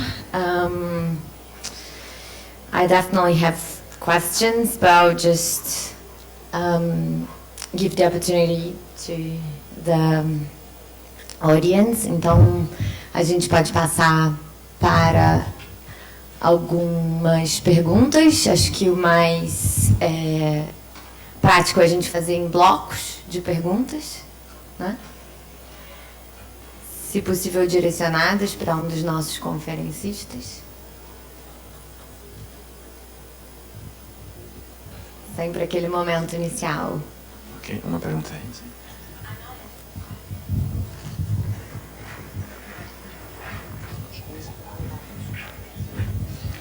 Bom, meu nome é Andréia. Uma pergunta para o Bernard. Tá, obrigada. Sim. Espera. Você própria vai traduzir para ele. A maneira como você chamou a atenção que o Foucault se apropria do Nietzsche, né, de forma meio assim antropofágica.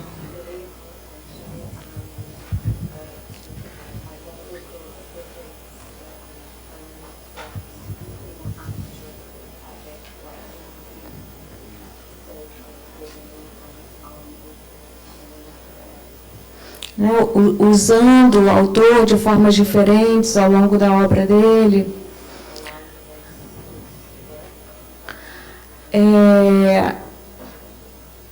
Não se fala muito da maneira como, da relação do Foucault com Lacan, por exemplo. Eu queria saber se você tem algum conhecimento, especialmente porque a gente, lendo Foucault, escuta algumas ressonâncias, né, como, por exemplo, a teoria dos discursos, e, enfim, tentar pensar a relação do Foucault, se ele também teria se alimentado de alguma forma, né, dessas teorias e transformado em outras coisas.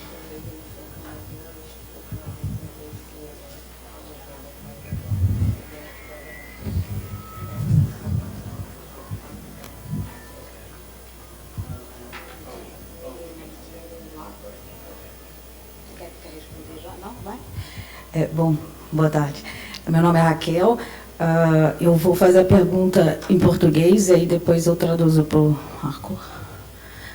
Eu queria saber, eu vou perguntar para o Arthur uma questão que envolve o Foucault ali de 1969, 70, com Derrida, exatamente sobre a questão do conceito de razão em Descartes. Então, Arthur, si je suis là, je vais la courage de te proposer ça en français, parce que mon anglais ne marche pas. Et bon, je suis très intéressée à la question que je pense que Judith Ravel travaille sur l'enquête sur le problème Foucault-Derrida en 1969-70 sur les concepts des raisons en Descartes. Et je pense que ça a beaucoup à voir avec cette question de la folie et bon, de cette dichotomisation que Foucault peut-être a fait avant. Et comme ça bouge, comme ça marche, ça change en son pensée.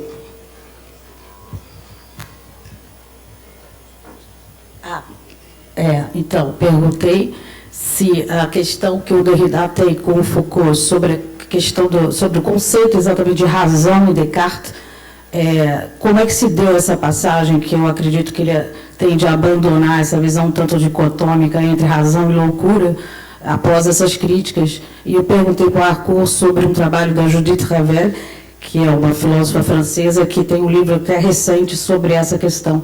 E aí eu aproveitei que ele comentou que ele encontrou com a Judith semana passada, e aí pode ser que tenha alguma coisa mais recente sobre essa questão que me interessa muito. Obrigada.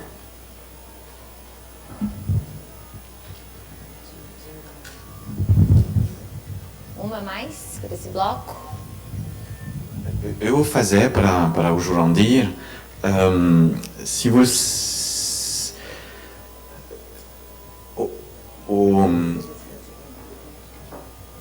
se você podia explicar um pouquinho na sua fala, parecia que não tinha influência do Foucault na luta psiquiátrica, na militância psiquiátrica nos anos 70. Não? Como se não tiver, como se as ideias de Foucault não fossem capazes ou fossem demais maniqueístas a nível capilar, o que você citou, para as brigas políticas no momento. Se você pode voltar nesse assunto, explicar. E talvez tenha aí um diálogo interessante com o que o Bernard falava, era talvez ver se não se podia fazer uma apropriação livre, uma teoria crítica do Foucault, onde não temos que ser coerentes com ele, mas usá-lo com as nossas próprias ferramentas na caixa dele, não? Por isso.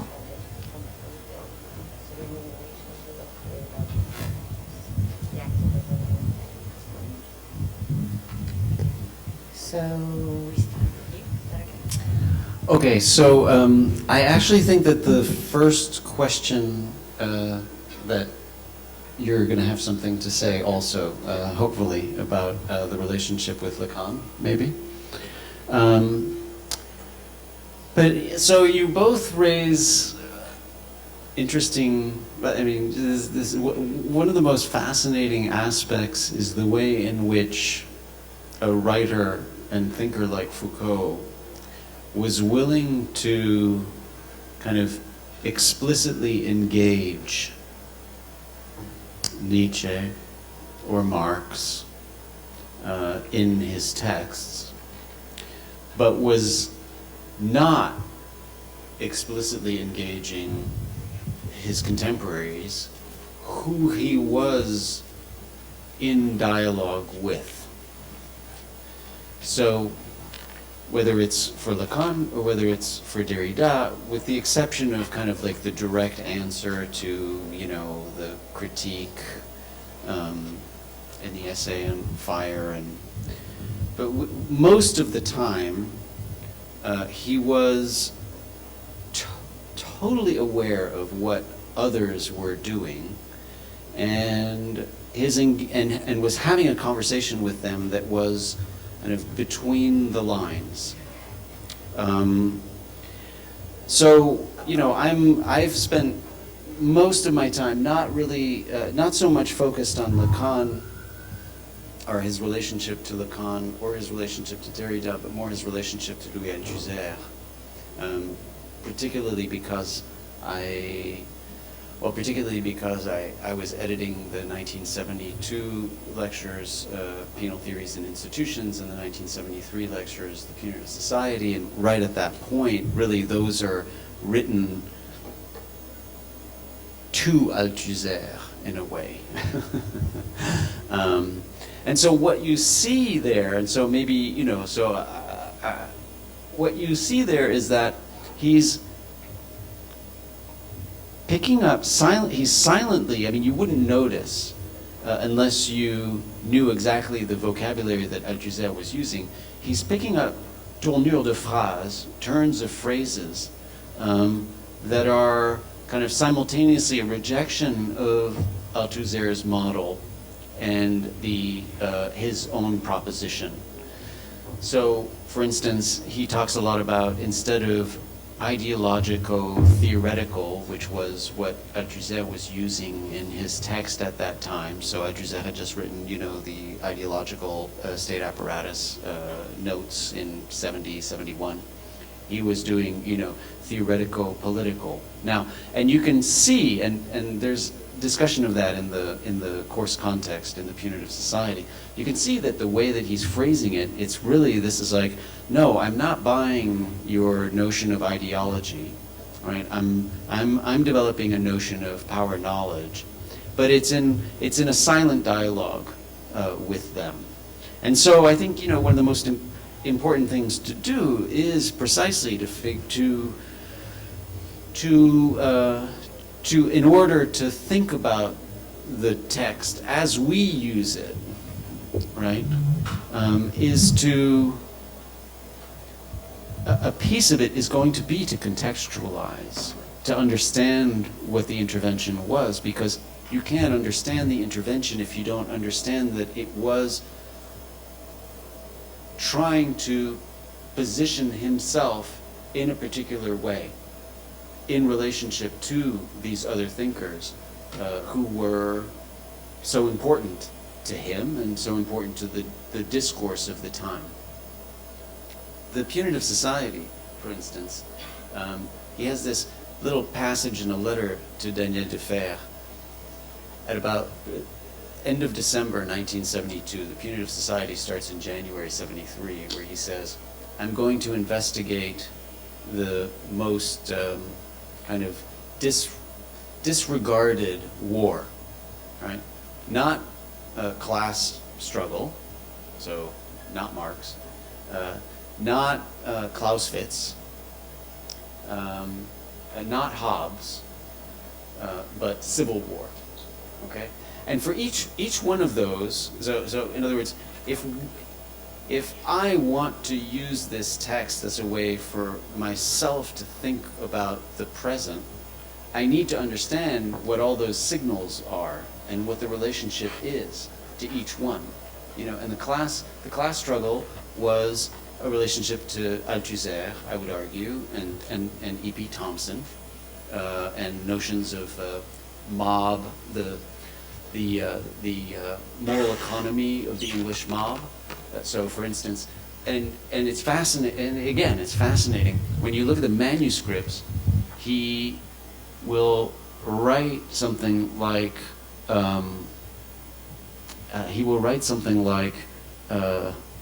the equivalent in English of the mob, and then he'll cross it out, right? But it's clear that he was writing to E.P. Thompson and Marxist historians, but then he didn't want to use that word because it's too obvious that that was the engagement, right? And so he uses a different word for that. He talks about the fact that he doesn't think that the notion of the mob riot is the right way to think about things.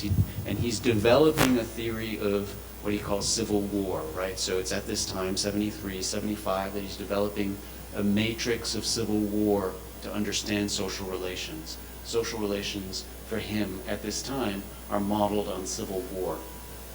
I think, for me, that has been extremely productive. I don't think it's civil war. I cut my presentation short, so I could have gone on and talked about what I call the counter-revolution. I don't think it's civil war, because civil war is too binary, oftentimes. That what we're living through right now, I would argue, is a counter-insurgency paradigm of governing. Counter-insurgency from the 1960s, from the kind of colonial wars that we are using in the United States. It's possible you'll have to figure out what's going on in Brazil and Bolsonaro and all that stuff, but I know that in the US, since 9/11, we've been living through a counterinsurgency paradigm of warfare. But again, it's engaging with Foucault's notion of civil war, which I don't think civil war is the right way to think about it today. But you got to engage that. To understand that, his notion of civil war, you have to understand his relationship to Althusser. Okay? So I would say that now I'll pass the microphone to Professor Costas. I would think that in order to think through, similarly, psychiatric power, right, you would have to think through his relationship to Lacan. Right, in a similar way, which is veiled and it's not there, and that was his style, more so than others perhaps. But there was it was a subliminal, it was a kind of between the lines, complete engagement.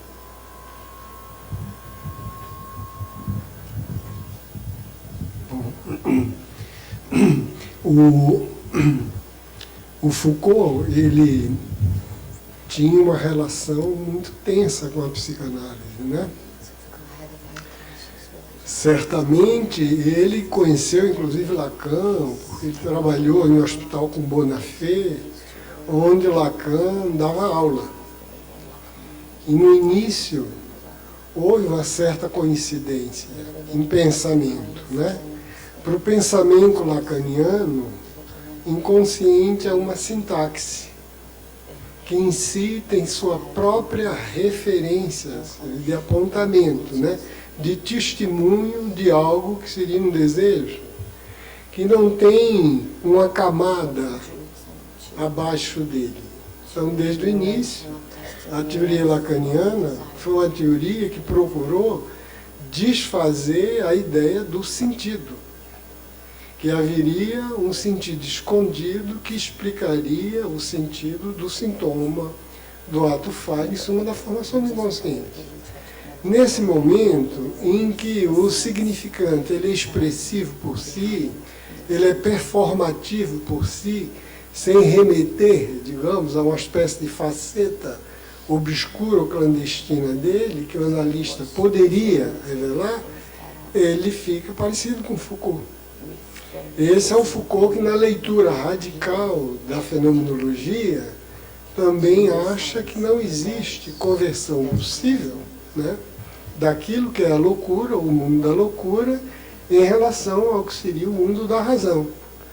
Mas esse namoro foi rapidamente desfeito, porque a psicanálise tem como categoria central o desejo.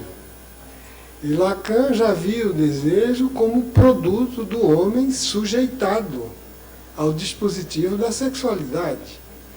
Quer dizer, a leitura que ele veio fazendo aos poucos foi essa, e culminou na vontade de saber, né, onde ele, com um familialismo e com o anti-édipo do Deleuze, foi uma verdadeira cruzada contra esse homem do desejo normativo. Quer dizer, a partir daí, não houve mais entente, não teve mais entendimento, né? Era do lado de cá uma concepção de subjetividade, do lado de cá outra. Isso, tanto quanto eu saiba, né? Ele teve, inclusive, um texto famoso, uma discussão com Jacques Miller, né, em que a discussão não terminou muito bem, né, porque o Jacques Miller, inclusive, mais ou menos insinuou que havia uma espécie de má-fé intelectual dele, querendo derivar a atividade analítica da pastoral cristã, quando ele começou a fazer os estudos sobre a hermenêutica de si, e eu acho que o diálogo parou de maneira, tanto quanto eu saiba, ele não gostava de psicanálise, né? Não tinha nenhuma afinidade, ele acreditava que aquilo ali era disciplinarização do sujeito. Quer dizer, para ele não era desejo, era ato e prazer. Então, era uma outra percepção da ascese, do cuidado de si que havia, que não passava por esse momento do que a gente pode chamar da individualização, da intimização. E é desse aspecto, Antônio, né, que eu estava dizendo que Foucault, por conta dessas imagens que ele tinha, quer dizer, ora da loucura como um bloco contra a razão, e de uma espécie, né, de vácuo dentro, de abismo, de lacuna, de um gap intransponível. Ora, quando ele falava de não violência, mas dissuasão. Ora, quando ele falava de prazer, como essa espécie de teleologia não dita, e eu estou dizendo isso, que de fato para Foucault nunca se tratou de teleologia. Imagine agora, o professor Arcourt acabou de mostrar o nietzscheanismo dele, e seria a contradição da contradição, né? Mas, bom, com esse parêntese, ele não descia, porque esses vários estratos do pensamento dele, né? O primeiro, análise da representação da loucura, do biopoder, depois a história das asceses, isso, quando descia para o indivíduo, era muito difícil de você agenciar. né? Então, é claro que agenciar no sentido de que você tinha que considerar certas coisas, como, por exemplo, a autopercepção individual. O sujeito podia ter sido subjetivado de maneira disciplinada, mas a realidade fenomênica psicológica dele era essa, como é até hoje, né? A gente é formado dentro do jogo de linguagem. Um desses jogos de linguagem é o jogo de linguagem da esfera íntima, de alguma coisa que é nosso universo afetivo. Nesse universo afetivo, eu tenho certeza, tem dúvidas, tem sofrimento, tem conflito, que não podem ser resolvidos com uma proposta de completa subjetivação diferente. Claro que, como o pensamento de Foucault era criativo, por exemplo, um exemplo concreto, quando ele dizia, no que se trata de prazeres eróticos, porque eu concordo com Bernard Cook que o prazer não é só erótico, né? Na antiga ascese greco-romana e além disso. Quer dizer, tinha comida, tinha dormir, a maneira como levantava, etc. Os prazeres eram vários, o eros era um, tinha a filia, tinha outro. Mas no prazer sexual, que ele não queria que fosse. Ele imaginava uma sociedade onde eu não tivesse identidade fixa, identidade, digamos, sexual, onde a gente não fosse tal coisa sexual, isso sexual, bissexual, transexual, monossexual, aliensexual, terráqueo sexual, isso, todas essas identidades, né, que ele achava que aprisionava. Ele queria que você fosse livre para circular. Mas olha, para circular você tinha que ter um meio acolhedor. O que é que ele pensava? Ele pensava nas relações de amizade, a famosa amitié, Foucauldienne, né? Quer dizer, só você abandonando a matriz da família e abandonando essa matriz de construção obrigatória de tais identidades para poder o afeto circular, você poderia, enfim, passar a uma estética dos prazeres e dos atos. Ele dizia, ser gay, no caso que era perguntado, né, não é uma identidade, é um modo de experimentação. É uma maneira de você pensar como pode ter prazer na relação com os outros, que são sua comunidade de amizade, sua filia. Evidentemente que quando a gente, por exemplo, eu, psiquiatra, analista, trabalhando, eu estou lidando com alguém que delira, alguém que tem um quadro de pensamento compulsivo obsessional, eu tenho que recorrer a outra caixa de utensílio, a outra caixa de ferramentas. Essa só me aponta para outra coisa. Agora, como o Antônio está perguntando, uma conciliação seria possível? Eu acho que sim. Quando eu leio os textos de Foucault, por exemplo, sobre as asceses, em particular dos romanos, dos estoicos, eu vejo muita coisa de Freud. Entende? Agora, para isso, não tem dúvida, eu poderia citar vários textos de Freud, onde eu diria, olha ali, está entendendo? Como ele acha que é a noção de Moira, como ele acha que é a noção de Ananke, de Logos, de Tique, ver como ele aqui é qualquer coisa que eu veria algo de semelhante à ascese, à estética de si, do Foucault, desses últimos trabalhos. Mas aí eu já queria... Bom, minha resposta é essa, mas ela termina com uma pergunta a Arcourt. Porque eu fiquei... Realmente é muito importante. Você desmanchou um esquema que eu tinha na minha cabeça, mais de um milhão. Je peux te poser la question en français? Bon, d'accord. Alors, vas-y. Enfin, moi, je dis que tu as un peu démantelé mon schéma foucaldien. Démantelé, c'est-à-dire que tu as défait le chemin que j'avais de la pensée de Foucault. Enfin, ceci dit, voilà pourquoi. Je croyais que la démarche foucaldienne, elle s'arrêtait, disons, à la recherche d'une certaine éthique. L'éthique et l'histoire des ascèses. Enfin, l'éthique et l'esthétique, ça coïncidait au moment des derniers travaux, quoi. Le souci de soi, l'usage des plaisirs.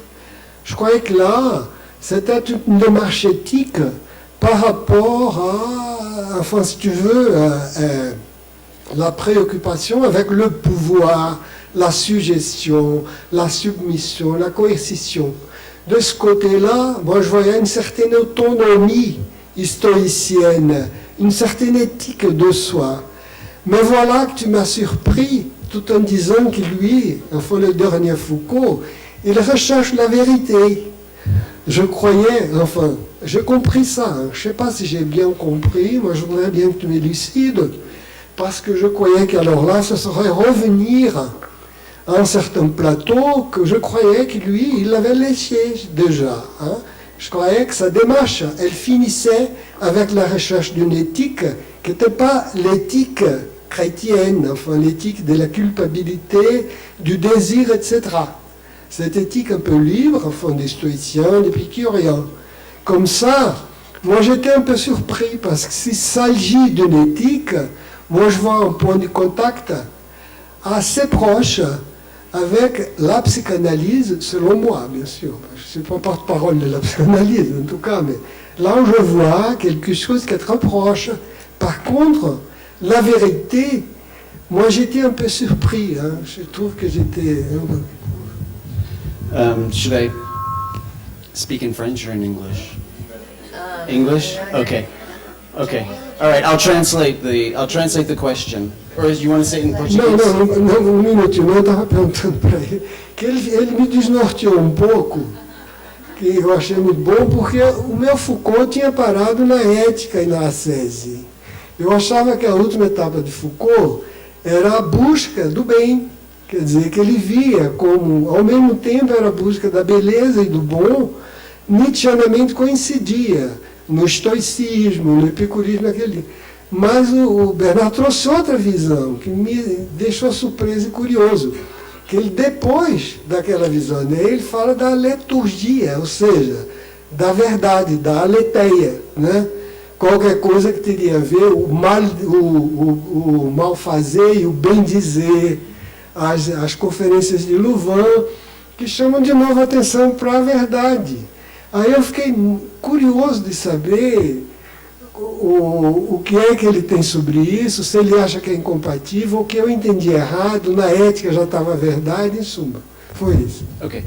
I'll do it in English first, and then I'll do it in French. How's that? Okay. So maybe there was a slight miscommunication on the notion of truth. So turn off the, okay. So maybe there was a slight miscommunication on my part or in translation about the role of truth at the end. And so at no point, I don't think, at no point is Foucault interested in a notion of truth. He's interested in a notion of truth saying, truth claiming, about telling truth, or claiming to tell truth, or histories of claims to tell truth. But he doesn't have a conception of the search for truth in a kind of Kantian critical way. So hopefully that wasn't misunderstood. It's veridiction is what his interest is, which veridiction, the saying of truth, right? Now, and that's important because actually, I think that the last lecture, which is called The Courage of Truth, right, can easily be misinterpreted in a way as if there is a courage to say the truth, you know, or that it takes courage to say the truth. And so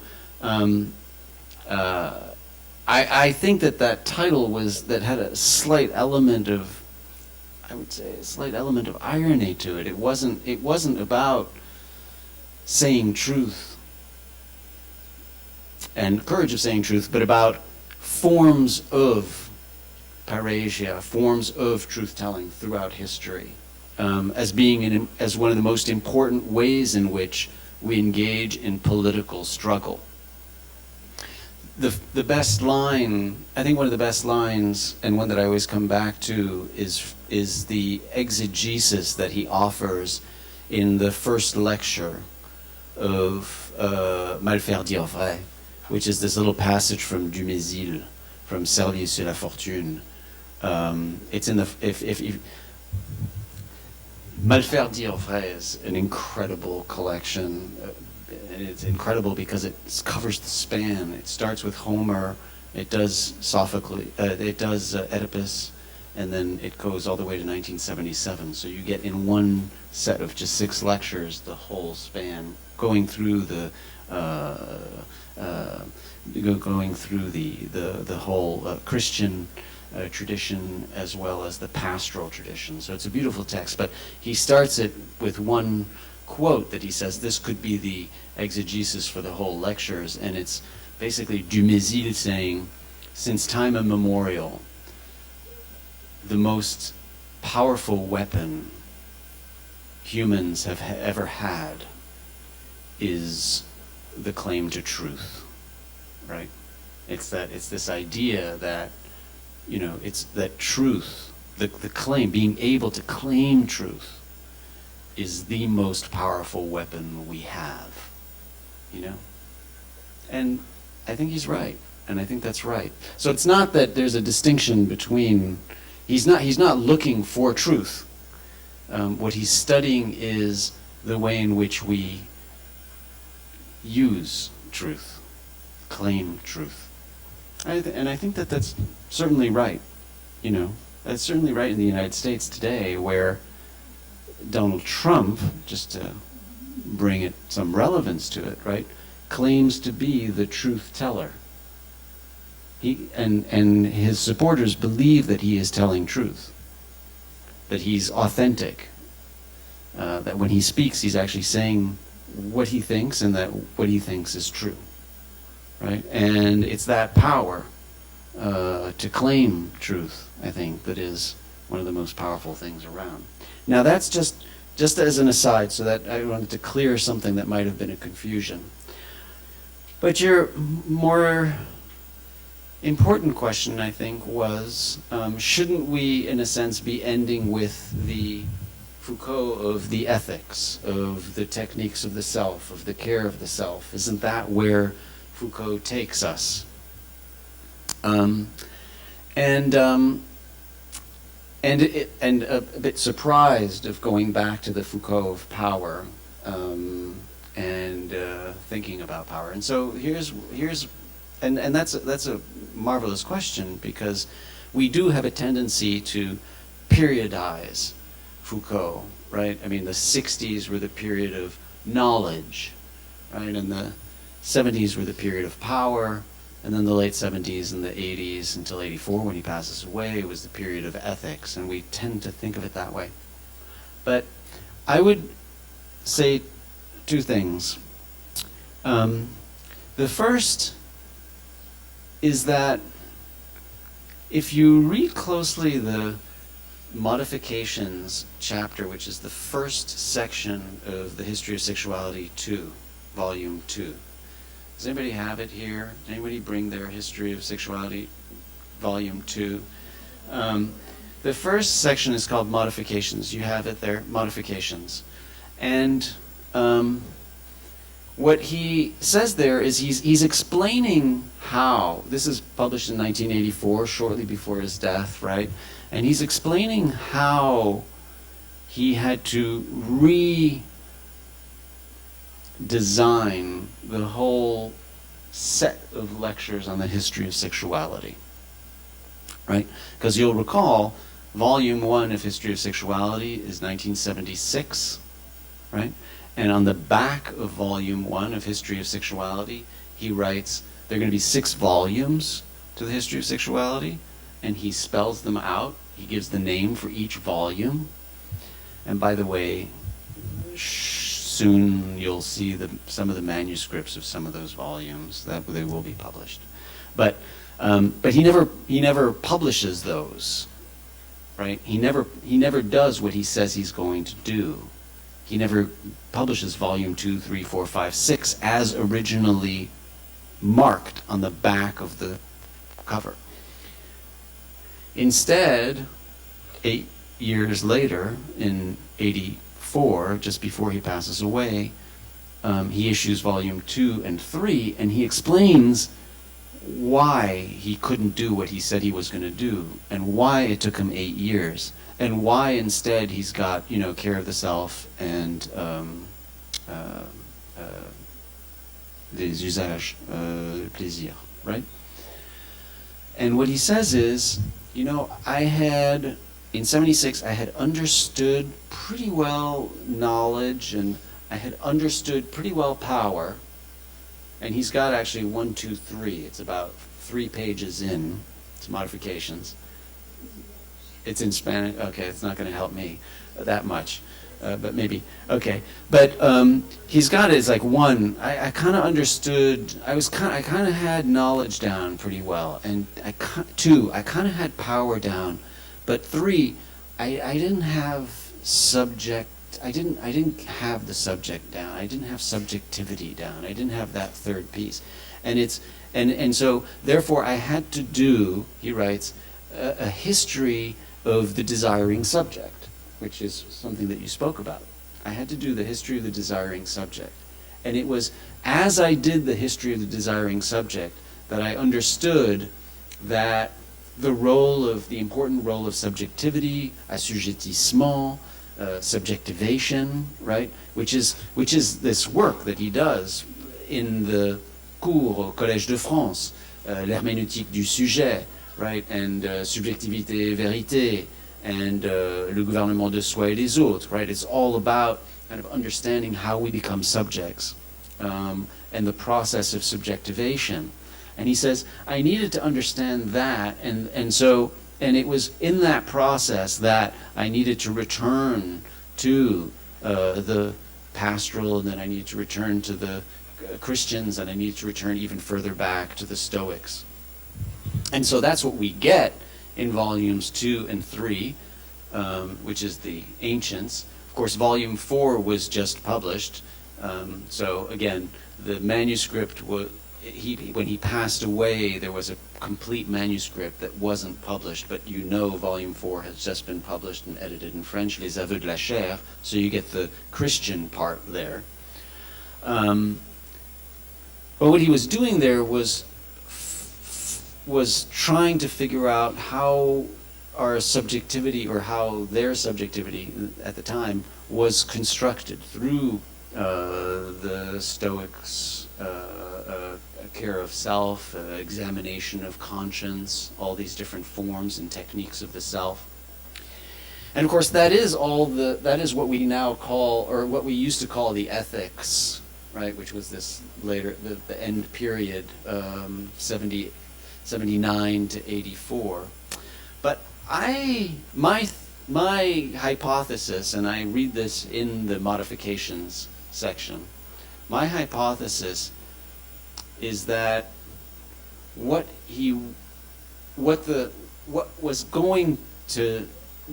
this was going was an effort to integrate knowledge, power, and subjectivity. And that we don't have it because he passed away prematurely in 84. But that where this would have headed was to try and figure out the ways in which knowledge, power are imbricated in subjectivation and subjectivity.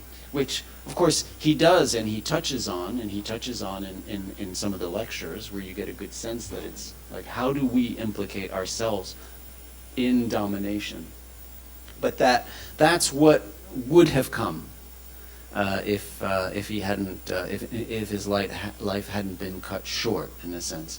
And so when I read the modifications, which I think is a key part of the transition, I actually see in there that what was going to happen was that he needed to understand subject and subjectivity and these questions of ethics, and that he would then integrate that with all of his work on knowledge and all of his work on power. Now, I think you see glimpses of that in Mal faire dire vrai, in wrongdoing, truth-telling.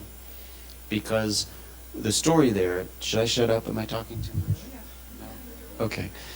The story there in Mal faire dire vrai,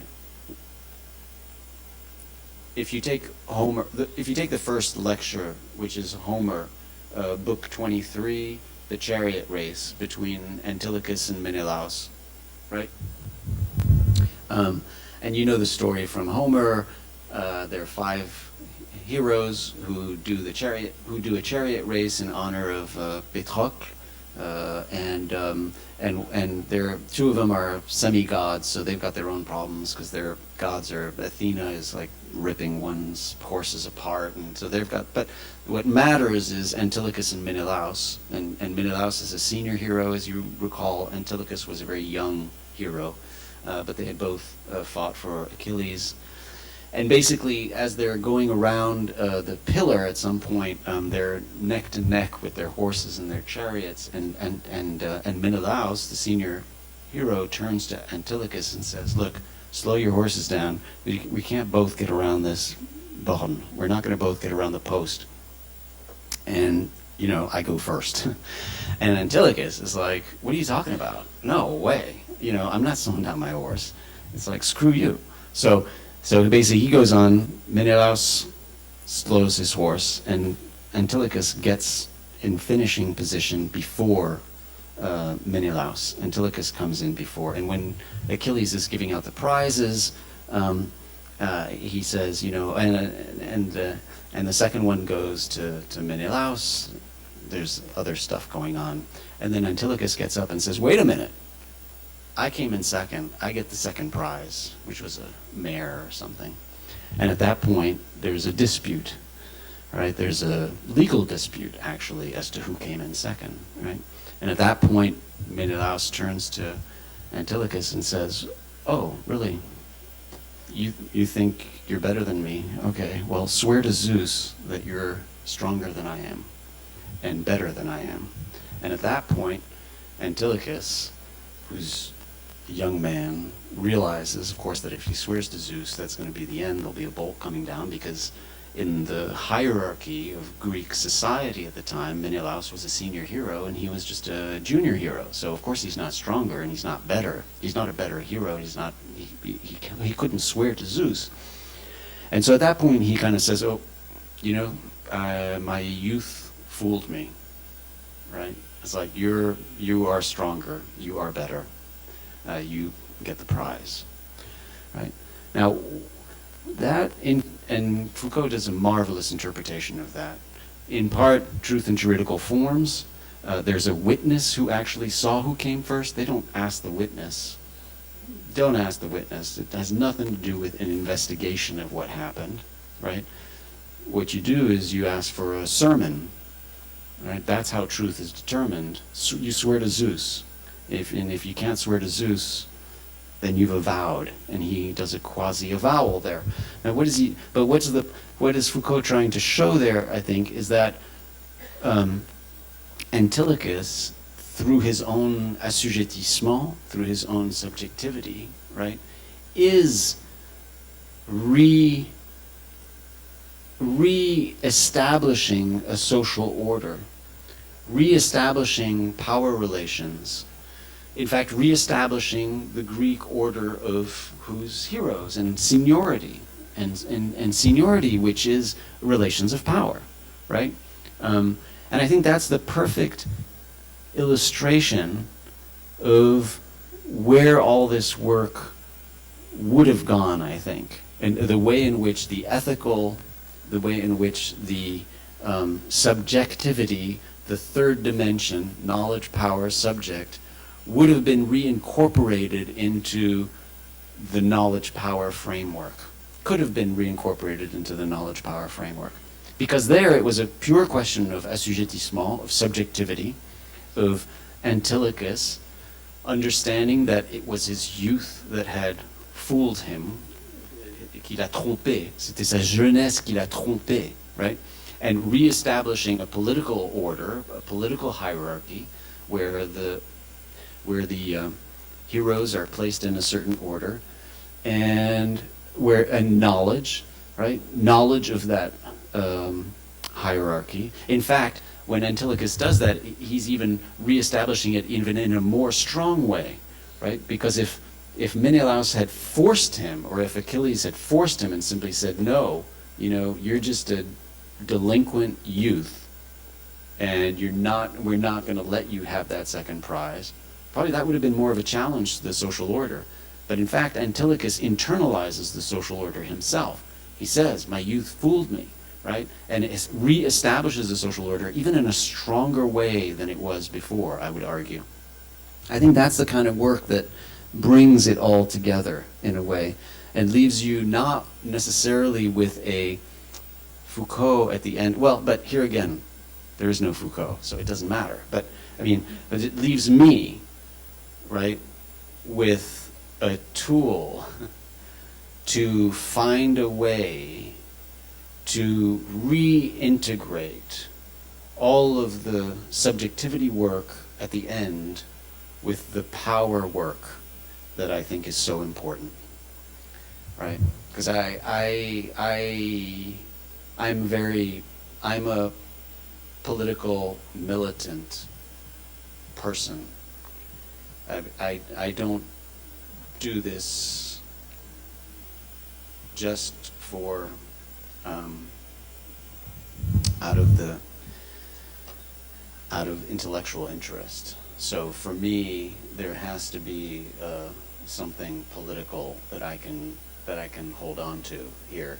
And what this allows me to do is to think through the subjectivity and the ethics part in a way that has some traction, at least for me. Yeah. Sorry that took so long. Mais perguntas?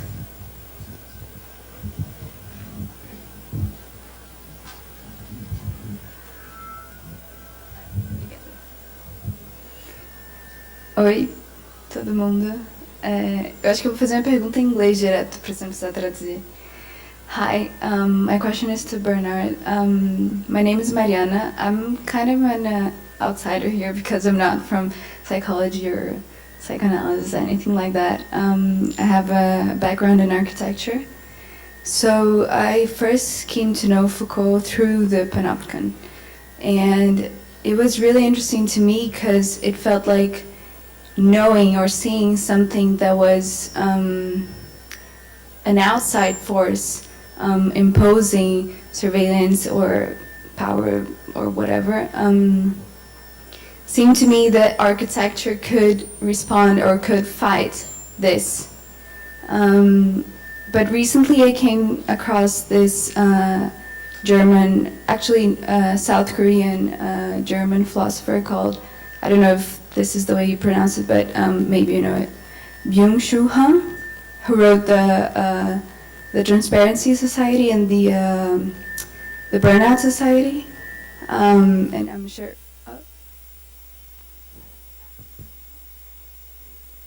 Tá funcionando? It was. So my question is, so this philosopher, he's a contemporary philosopher, right? And he writes on Foucault how this power is not coming from outside, it's coming from within. And how can you fight this? And from my architecture background, how, if you cannot see or touch or build something to fight because it's not outside, it's inside. How do you approach it? How do you interpret surveillance when you yourself are exposing, are participating, are just surrendering to this, as you showed, because we don't even pay attention that we are already in it, right? And so this philosopher, he says, and I think he brilliantly reads Foucault in a way that he creates this new too, as you mentioned. Maybe, well, this is just my take on it. Maybe you have a much deeper take on it. So yeah, it's just, if you know him, you could say something about it, and yeah, how do you approach something that it's within this surveillance?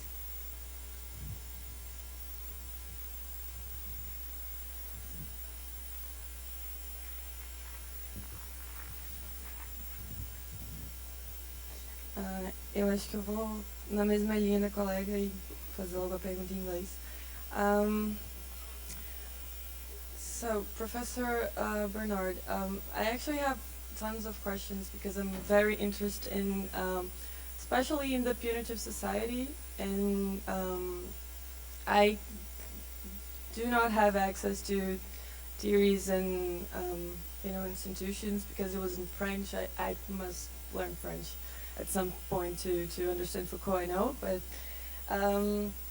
anyway, I was just thinking of a question that kind of summarized my current approach on Foucault, which is I'm very interested and deeply concerned because of personal but also very political reasons on race issues, racial issues, and also coloniality, which I think is fundamental to understand because it's Brazil, and therefore once our subjectivity has been shaped in a very different way, because black people, indigenous people have always been seen as the other, and that in a way we did not pass through all of those stages of actually concerns on the subject, because we were always seen as kind of less than human. But I think the take on power that Foucault gives us is very powerful. It's very potent, and I was just wondering if you had some thoughts to share, especially on the notion of resistance, which links to power, because it's one of those concepts that Foucault doesn't really work hardly on, but he definitely shares some thoughts on the idea that if there's power, there's resistance. And I know Deleuze also approaches this maybe in a deeper way, actually. He tries to understand this and frame this in a way that almost puts resistance in a stage earlier than power itself, which I think is very interesting. And I also thought about this when you were talking about big data and social media and internet, because I think we actually experienced some time in which internet almost appear as a very hopeful way of encounter, of meeting, and yet here we are. This seems to have been totally possessed by power, but I don't think it necessarily is, because I think resistance is always a key to escape this idea that Foucault is almost claustrophobic. Everything is power. I don't think that's the idea. And if that was the idea, we here in South America would definitely be in a very complicated position, because we definitely need resistance. So that's my share on it. Thank you.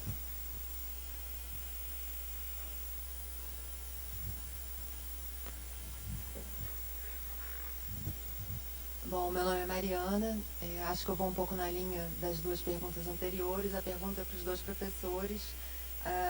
Logo no início, o professor Jurandir falou sobre o arco da luta contra o poder, como algo que constitui e oprime o sujeito ao mesmo tempo.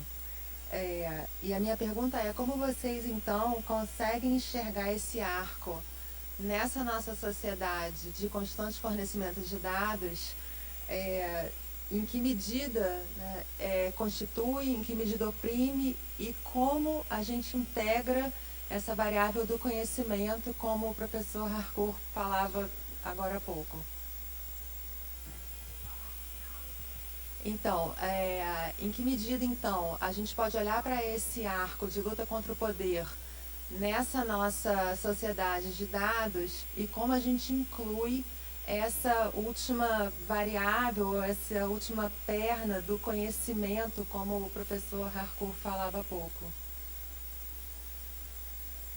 Sim, para os dois professores a pergunta.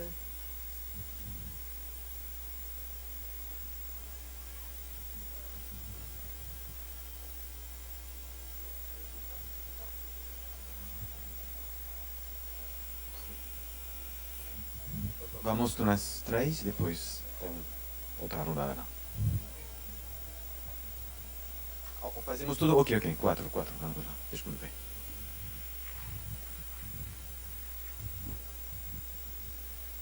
Boa tarde, eu me chamo Gabriel e eu tenho duas perguntas, na verdade, para o professor Jurandir. A primeira dela, essa pergunta para o professor Jurandir é a respeito da... Quando o senhor estava falando a respeito das 3 etapas do Foucault, e chega no terceiro momento falando sobre a banalidade do prazer, e afirma que Foucault traz essa proposição do prazer enquanto algo transgressor, enquanto algo que renova, uma renovação para essas dinâmicas de poder. É uma pergunta talvez especulativa, mas eu gostaria de saber sua opinião, assim. Quando você fala que atualmente a gente trabalha com essa ideia de pornografia internética e múltiplas identidades sexuais e trocas de imagens pessoais como algo corriqueiro, e caracteriza isso como uma banalização da sexualidade, do prazer, uma banalidade do prazer, eu fiquei pensando durante a sua fala, e eu gostaria de saber a sua opinião sobre isso, se, claro, não exclusivamente por consequência do Foucault unicamente, mas por todo o contexto sócio-histórico que decorreu daquilo, se essas diversas formas de se exercer no mundo, essa banalidade do prazer, não pode ser entendida talvez como efeitos desses deslizamentos provocados nos discursos ou na episteme, talvez. Não sei se a pergunta fez sentido, mas... ok, e a outra pergunta para o professor Bernard, e eu não sei, na verdade, se eu faço em português ou em inglês. Eu não sei se as pessoas todas entendem inglês direto. Okay. So, I was listening to you speak about the critical thinking or the critical thinker. And I think I tend to agree with you about the notion that this concept of influence actually does not fit well with that notion of critical thinking that you're proposing. But because I'm from an education background, and here in Brazil at least, I'm not sure if in other places that's true, but in Brazil the post-critical or the post-structuralist thinkers or writers, they suffer a lot of criticism because most other strands or ways of thinking believe that this kind of research or this kind of writing tends to be a little too subjective. They lose sight of objectivity that is dear to science. And even though I agree with you in some level, and I like to think that in my dissertation I'm going to use something that's similar to that, I'd like to ask you, how are you thinking about or working with the notion of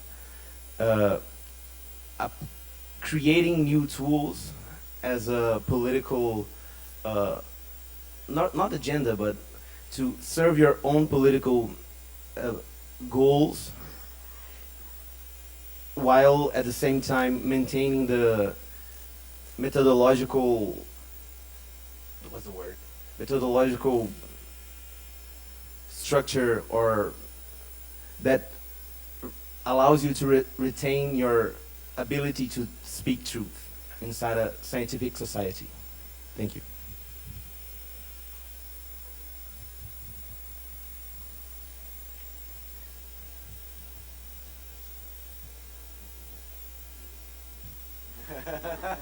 Allez, messieurs, s'il vous plaît.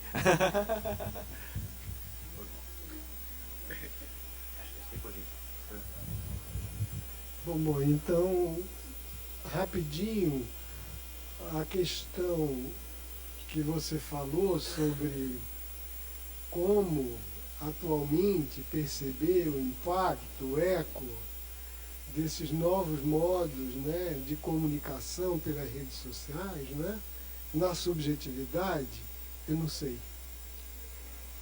Isso é coisa que a gente não tem ainda no protocolo. É algo que está nos espantando a todos, evidentemente, está havendo uma enorme mudança, uma enorme revolução em alguma coisa que a gente estava acostumado mais ou menos a lidar, e que com o Richard Sennett, né, eu chamaria da tirania da intimidade. Quer dizer, eu acho que o que acontece é que nós estávamos habituados a entender e a lidar com uma fronteira bem clara entre o que era o íntimo e o público. E a gente se subjetivava mais ou menos dessa maneira. Quando Freud surgiu, uma das razões dele surgir era o escândalo de parte do íntimo estar vindo a público na forma de sintoma. A crise histérica, a conversão, o sintoma, era uma maneira de você fazer vazar a sexualidade, dela filtrar e vir a público quando aquilo devia estar na esfera privada. De tal maneira a gente tinha essa barreira que a gente chamava regra de decoro. Atualmente eu acho que isso tudo está mudando, e eu não sei exatamente qual vai ser o impacto na subjetividade, realmente não sei, né? Agora, a sua pergunta, eu também posso responder rapidamente, foi sobre, peraí, porque depois eu fiquei prestando atenção que você estava perguntando ao Bernard e esqueci. Você estava dizendo rapidamente sobre... Ah, sim, bom, pois é. Não, isso não é dúvida, eu penso, a meu ver, que é claro que quando Foucault escreveu sobre isso, sobre os prazeres, era um momento em que você tinha um início de uma espécie de militância política, né, sobre a questão das identidades sexuais, onde você tinha um enorme debate sobre isso, onde, né, era um momento no qual, para você ter uma ideia, você ainda considerava homossexualidade doença. Isso ainda não tinha sido abolido do DSM. Quer dizer, você estava no auge da Constituição do que naquele momento eles chamavam de agenda californiana. Quer dizer, todos aqueles, né, grandes objetivos culturais que estavam sobretudo localizados na Califórnia, quer dizer, naquelas lutas pelas identidades. E Foucault estava muito influenciado pelo tempo de passagem em São Francisco, quer dizer, na Califórnia. E ele, então, quando ele estava falando dessa ideia do prazer, ele estava pensando no mundo do qual ele estava se despedindo. Aquele mundo Foucaultiano rapidamente desapareceu. Em primeiro lugar, porque você começou a ter uma liberalidade em relação à sexualidade impensável há 40 anos. Né? Inclusive com a construção de identidades transitórias, coisa que ele nunca pensou e que hoje a gente está vendo agora se constituir, né? A criação de novos tipos humanos. caracterizado pela autodeclaração da preferência sexual, da inclinação sexual, ou de gênero, né? Ele não imaginava isso. É isso que eu chamei de dessacralização da transgressão, o desencantamento, né? Que já não tem mais aquilo que tinha, que ele não pode servir de contraponto. Em segundo lugar, porque você tem, de fato, uma espécie de domínio disso do mundo do mercado.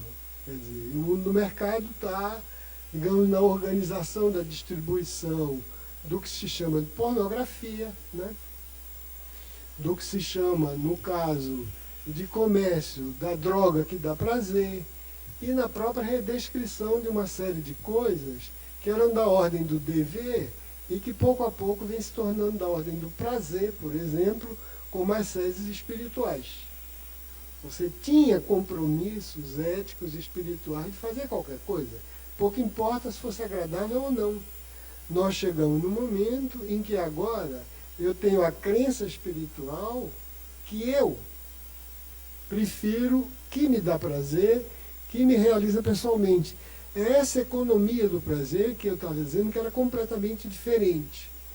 E a grande questão de Foucault, que ele nunca se colocou, mas que os críticos colocaram a ele, é a seguinte: quando você falou desse prazer como índice de liberação da subjetividade, índice do não sujeição, que critério você tinha, como você podia dizer esse prazer é bom e esse não é?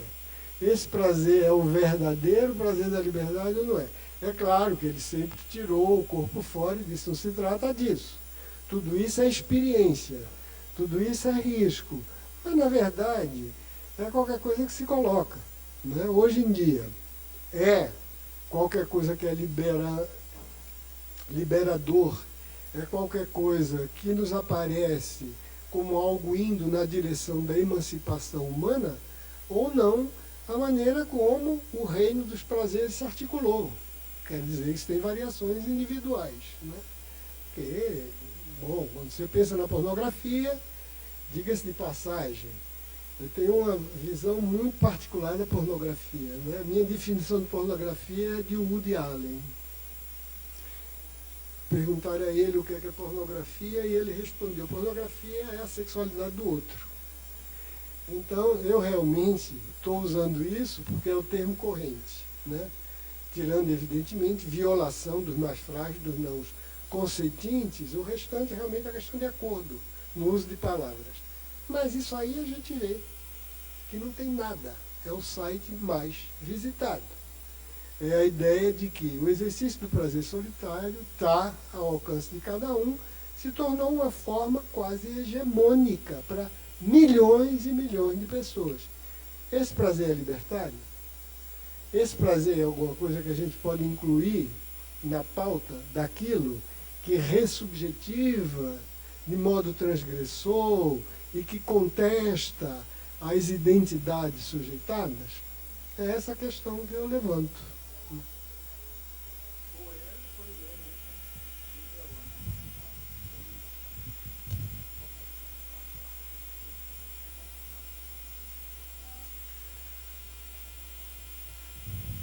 Okay. Those were an intense set of questions going to power and resistance and the relationship, particularly in these digital times, and also related to post-colonialism and issues of race, gender, and truth. Okay, so I'm going to try and suggest a few things, but to start with, I think it's worth just framing this largely in this way. I mean, one of the things that Foucault contributed the most, I would say, or one of the things that one can draw from his work is, of course, a very different model of power than the model of power that dominated most of Western thought from the time of Hobbes, of a Hobbesian model of sovereign power, as power is something that is possessed by the sovereign and administered and deployed against people. And you can almost think of modern political thought as being bookended in a way by Hobbes's theory of power on the one end and Foucault's theory of power on the other, at least. And that's where, to a certain extent, we are right now, I think. We live in this period now where increasingly we're at that other bookend, and we have a conception of power that's very different, not as something that you own or possess, but as the relations of power within which we are shaped as individuals and are formed and engage in forms of and know, right, power knowledge and come to conclusions. Now, I would say that I think it's incredibly compelling what Foucault did to power and to transform it the way he did. But one problem with it is that resistance then became somehow subsumed in power. And there was this idea that, well, it's in relations of power, there's both in relations of power is resistance. I mean, it's part of it. It's, you know, and I would say that somehow we need to resolve that issue a little bit better, and we never really have.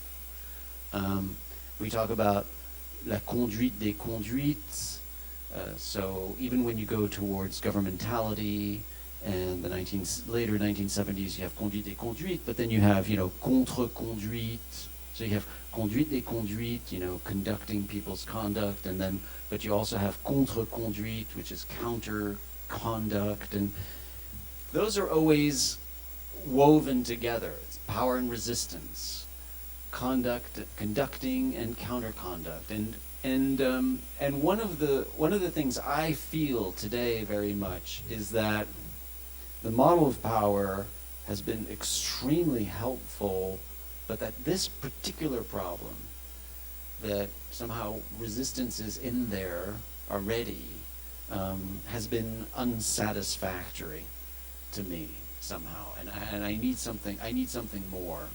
I need something more. Now, and that I think is where, at least I am in terms of thinking about power. I'm looking for some better way to understand forms of resistance and forms of praxis. So I spent last year doing Praxis 1313, trying to think about questions of how to think about what is to be done, and that I think that's where we need to be putting all of our thoughts right now. So I would put that as by way of background, okay? Just by way of background. I think these, okay, particularly troubling then in the digital age, where I would argue power circulates differently than it did in the 1970s and in a disciplinary. I don't think we're in a disciplinary society so much as we are in what I call an expository society, so power is circulating differently now, and that is particularly troubling because it operates on forms of desire that make us very exposed and vulnerable, right? And that's incredibly architecturally powerful, because we are kind of emotionally desiring and tapping into this kind of frenzy to, you know, put selfies of ourselves everywhere. And that is a whole new way in which power is working on us, and it's sucking us in. And it's true that, you know, we had some hope that the internet would, or that, you know, the web or that social media would allow for, and it does allow for forms of resistance like flash mobs and maybe Tahrir Square and other, but we've seen it kind of backfire as well, right, in this milieu. Okay, so that's just the background. Now, let me then try to address each one and get to truth, which is probably looming over all of this. First, I would say that there was a notion of internalization in the disciplinary model of the 1970s and of Foucault. There was a notion there of internalization. I think that Foucault himself, and there are certain passages in 1984, for instance, I think even in The Courage of Truth, where Foucault says, you know, I focused a little bit too much on power and not enough on subjectivation, etc., in Discipline and Punish. But there was a notion of internalization, right? The gaze gets internalized. The person in the cell, you know, internalizes these forms of discipline, and it no longer needs to be wondering whether someone is in the tower or not because they've already internalized it. So I don't think it's black and white that like there was no internalization. Now with this digital age we're totally internalized, but I do think that we probably didn't think enough about the questions of internalization, and that we must now, as a result, more. And we must more than because of these questions of resistance and how to resist. So let me get to that.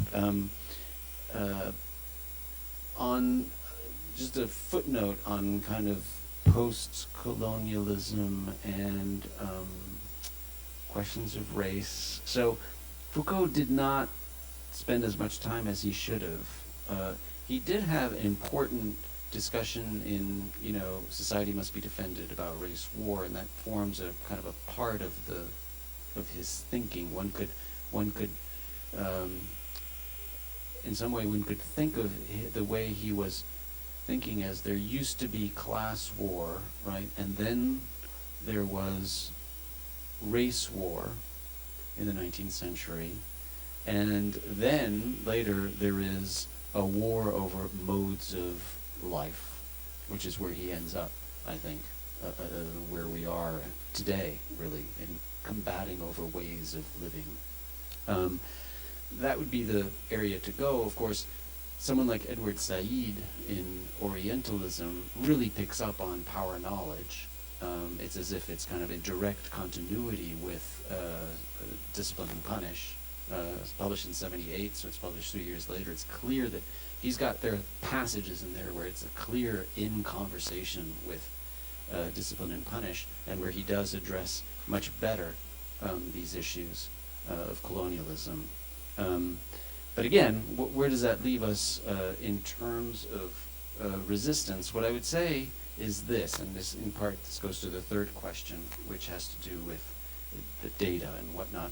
It seems, and at the end of the book, Exposed is called Desire and Disobedience in a Digital Age, and so it tries to deal with issues of disobedience, different forms of disobedience, what it looks like by rendering things transparent. Those are forms of disobedience.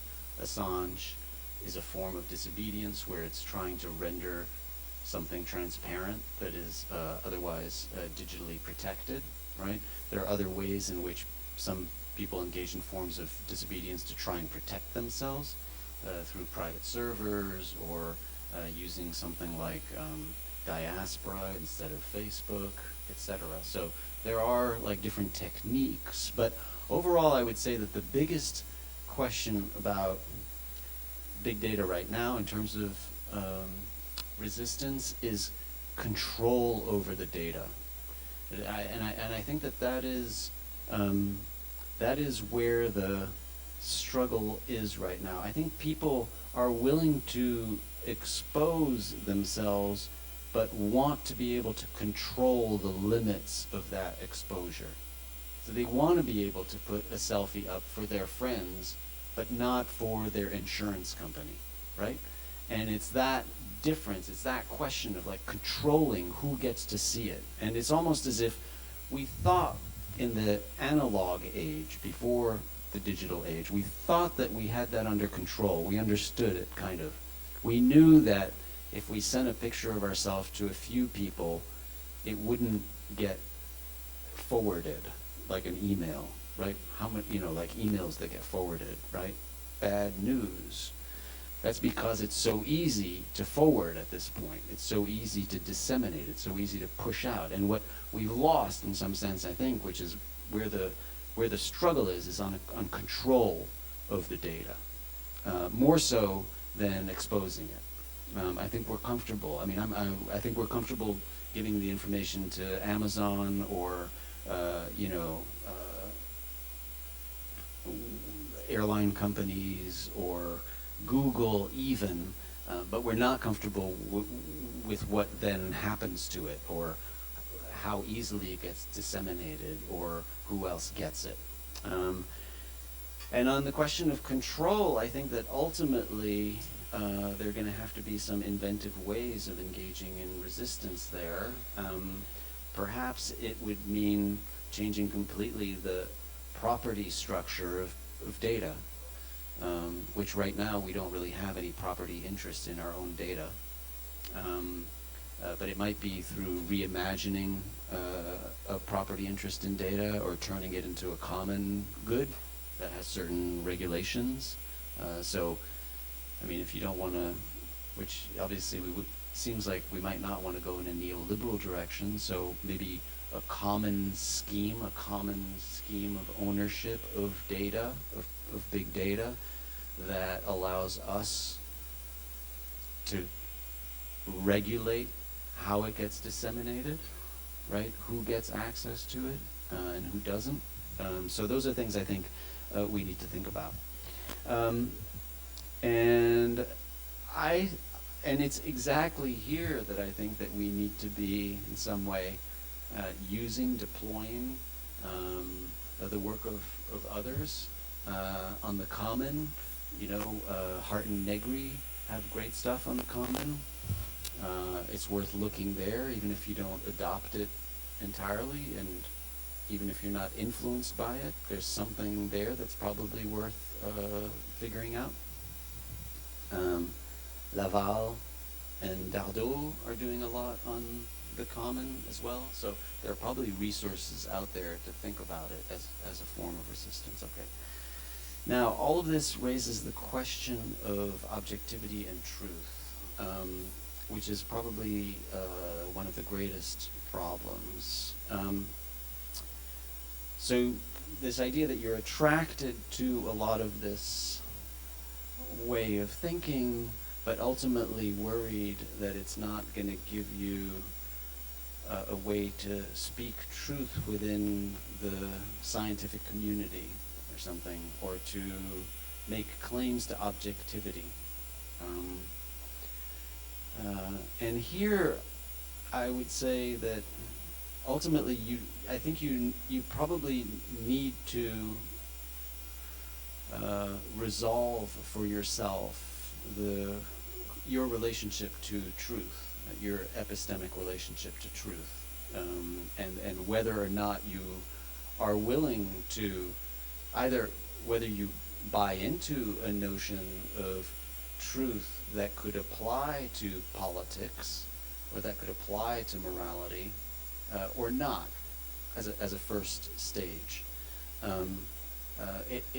You're kind of going a little bit back and forth between scientific questions, which could be natural science, could be biology, etc., and maybe political questions, or moral questions, or ethical questions. Generally, most people wouldn't talk about truth in an ethical context, right? Because ethics is about virtue, it's not about truth.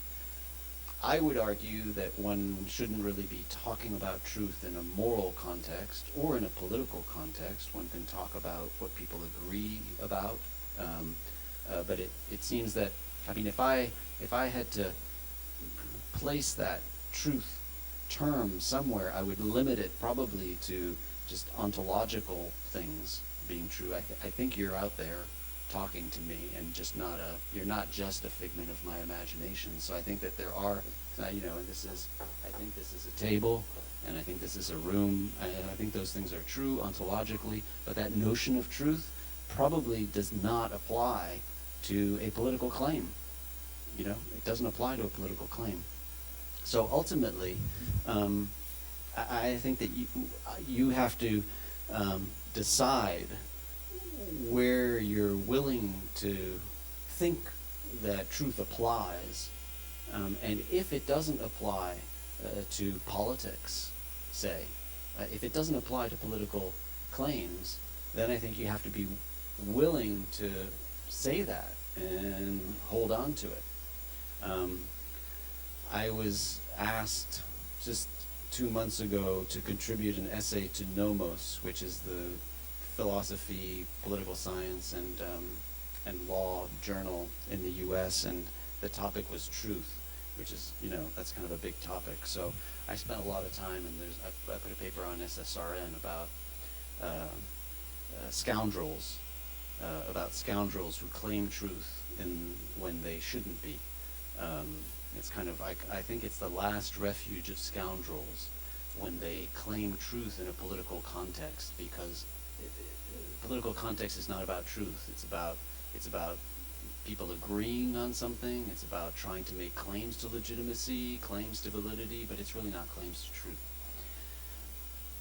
If you're willing to take my position, ultimately you're then going to have to just be willing to suffer a lot of vitriol and animosity from most people, because it turns out that people are really wedded to truth. I mean, are really wedded to being able to talk about truth. I mean, when you make those kind of claims that, truth should be limited to the ontological only, they kind of look at you as if you're Satan. Which happened to me about a month ago when I defended this paper. And literally, people were kind of like moving away from me, kind of like not wanting to talk to me, because it was like, you're not part of this project of trying to discover truth. You're not part of the human community. I realized you really have to accept being Satan, I think. And there's a passage, so that I'll finish with, which is this passage that I think Nietzsche said it so well in Daybreak, and it's aphorism 432. And so he says, and I think this is particularly helpful to your question, he writes, there are no scientific methods which alone lead to knowledge. We have to tackle things experimentally, now angry with them, and now kind, and be successively just, passionate, and cold with them. One of us addresses things as a policeman, a second as a father confessor, a third as an inquisitive wanderer. Something can be wrung from them now with sympathy, now with force.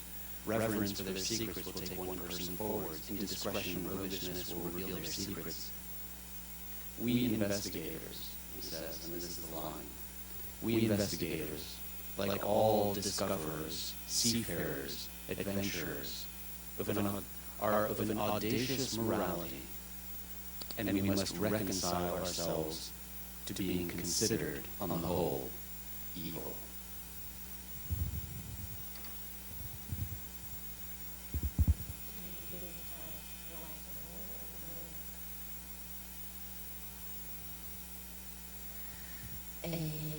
Bom, muito obrigada aos professores Bernard Harcourt e Jurandir Costa.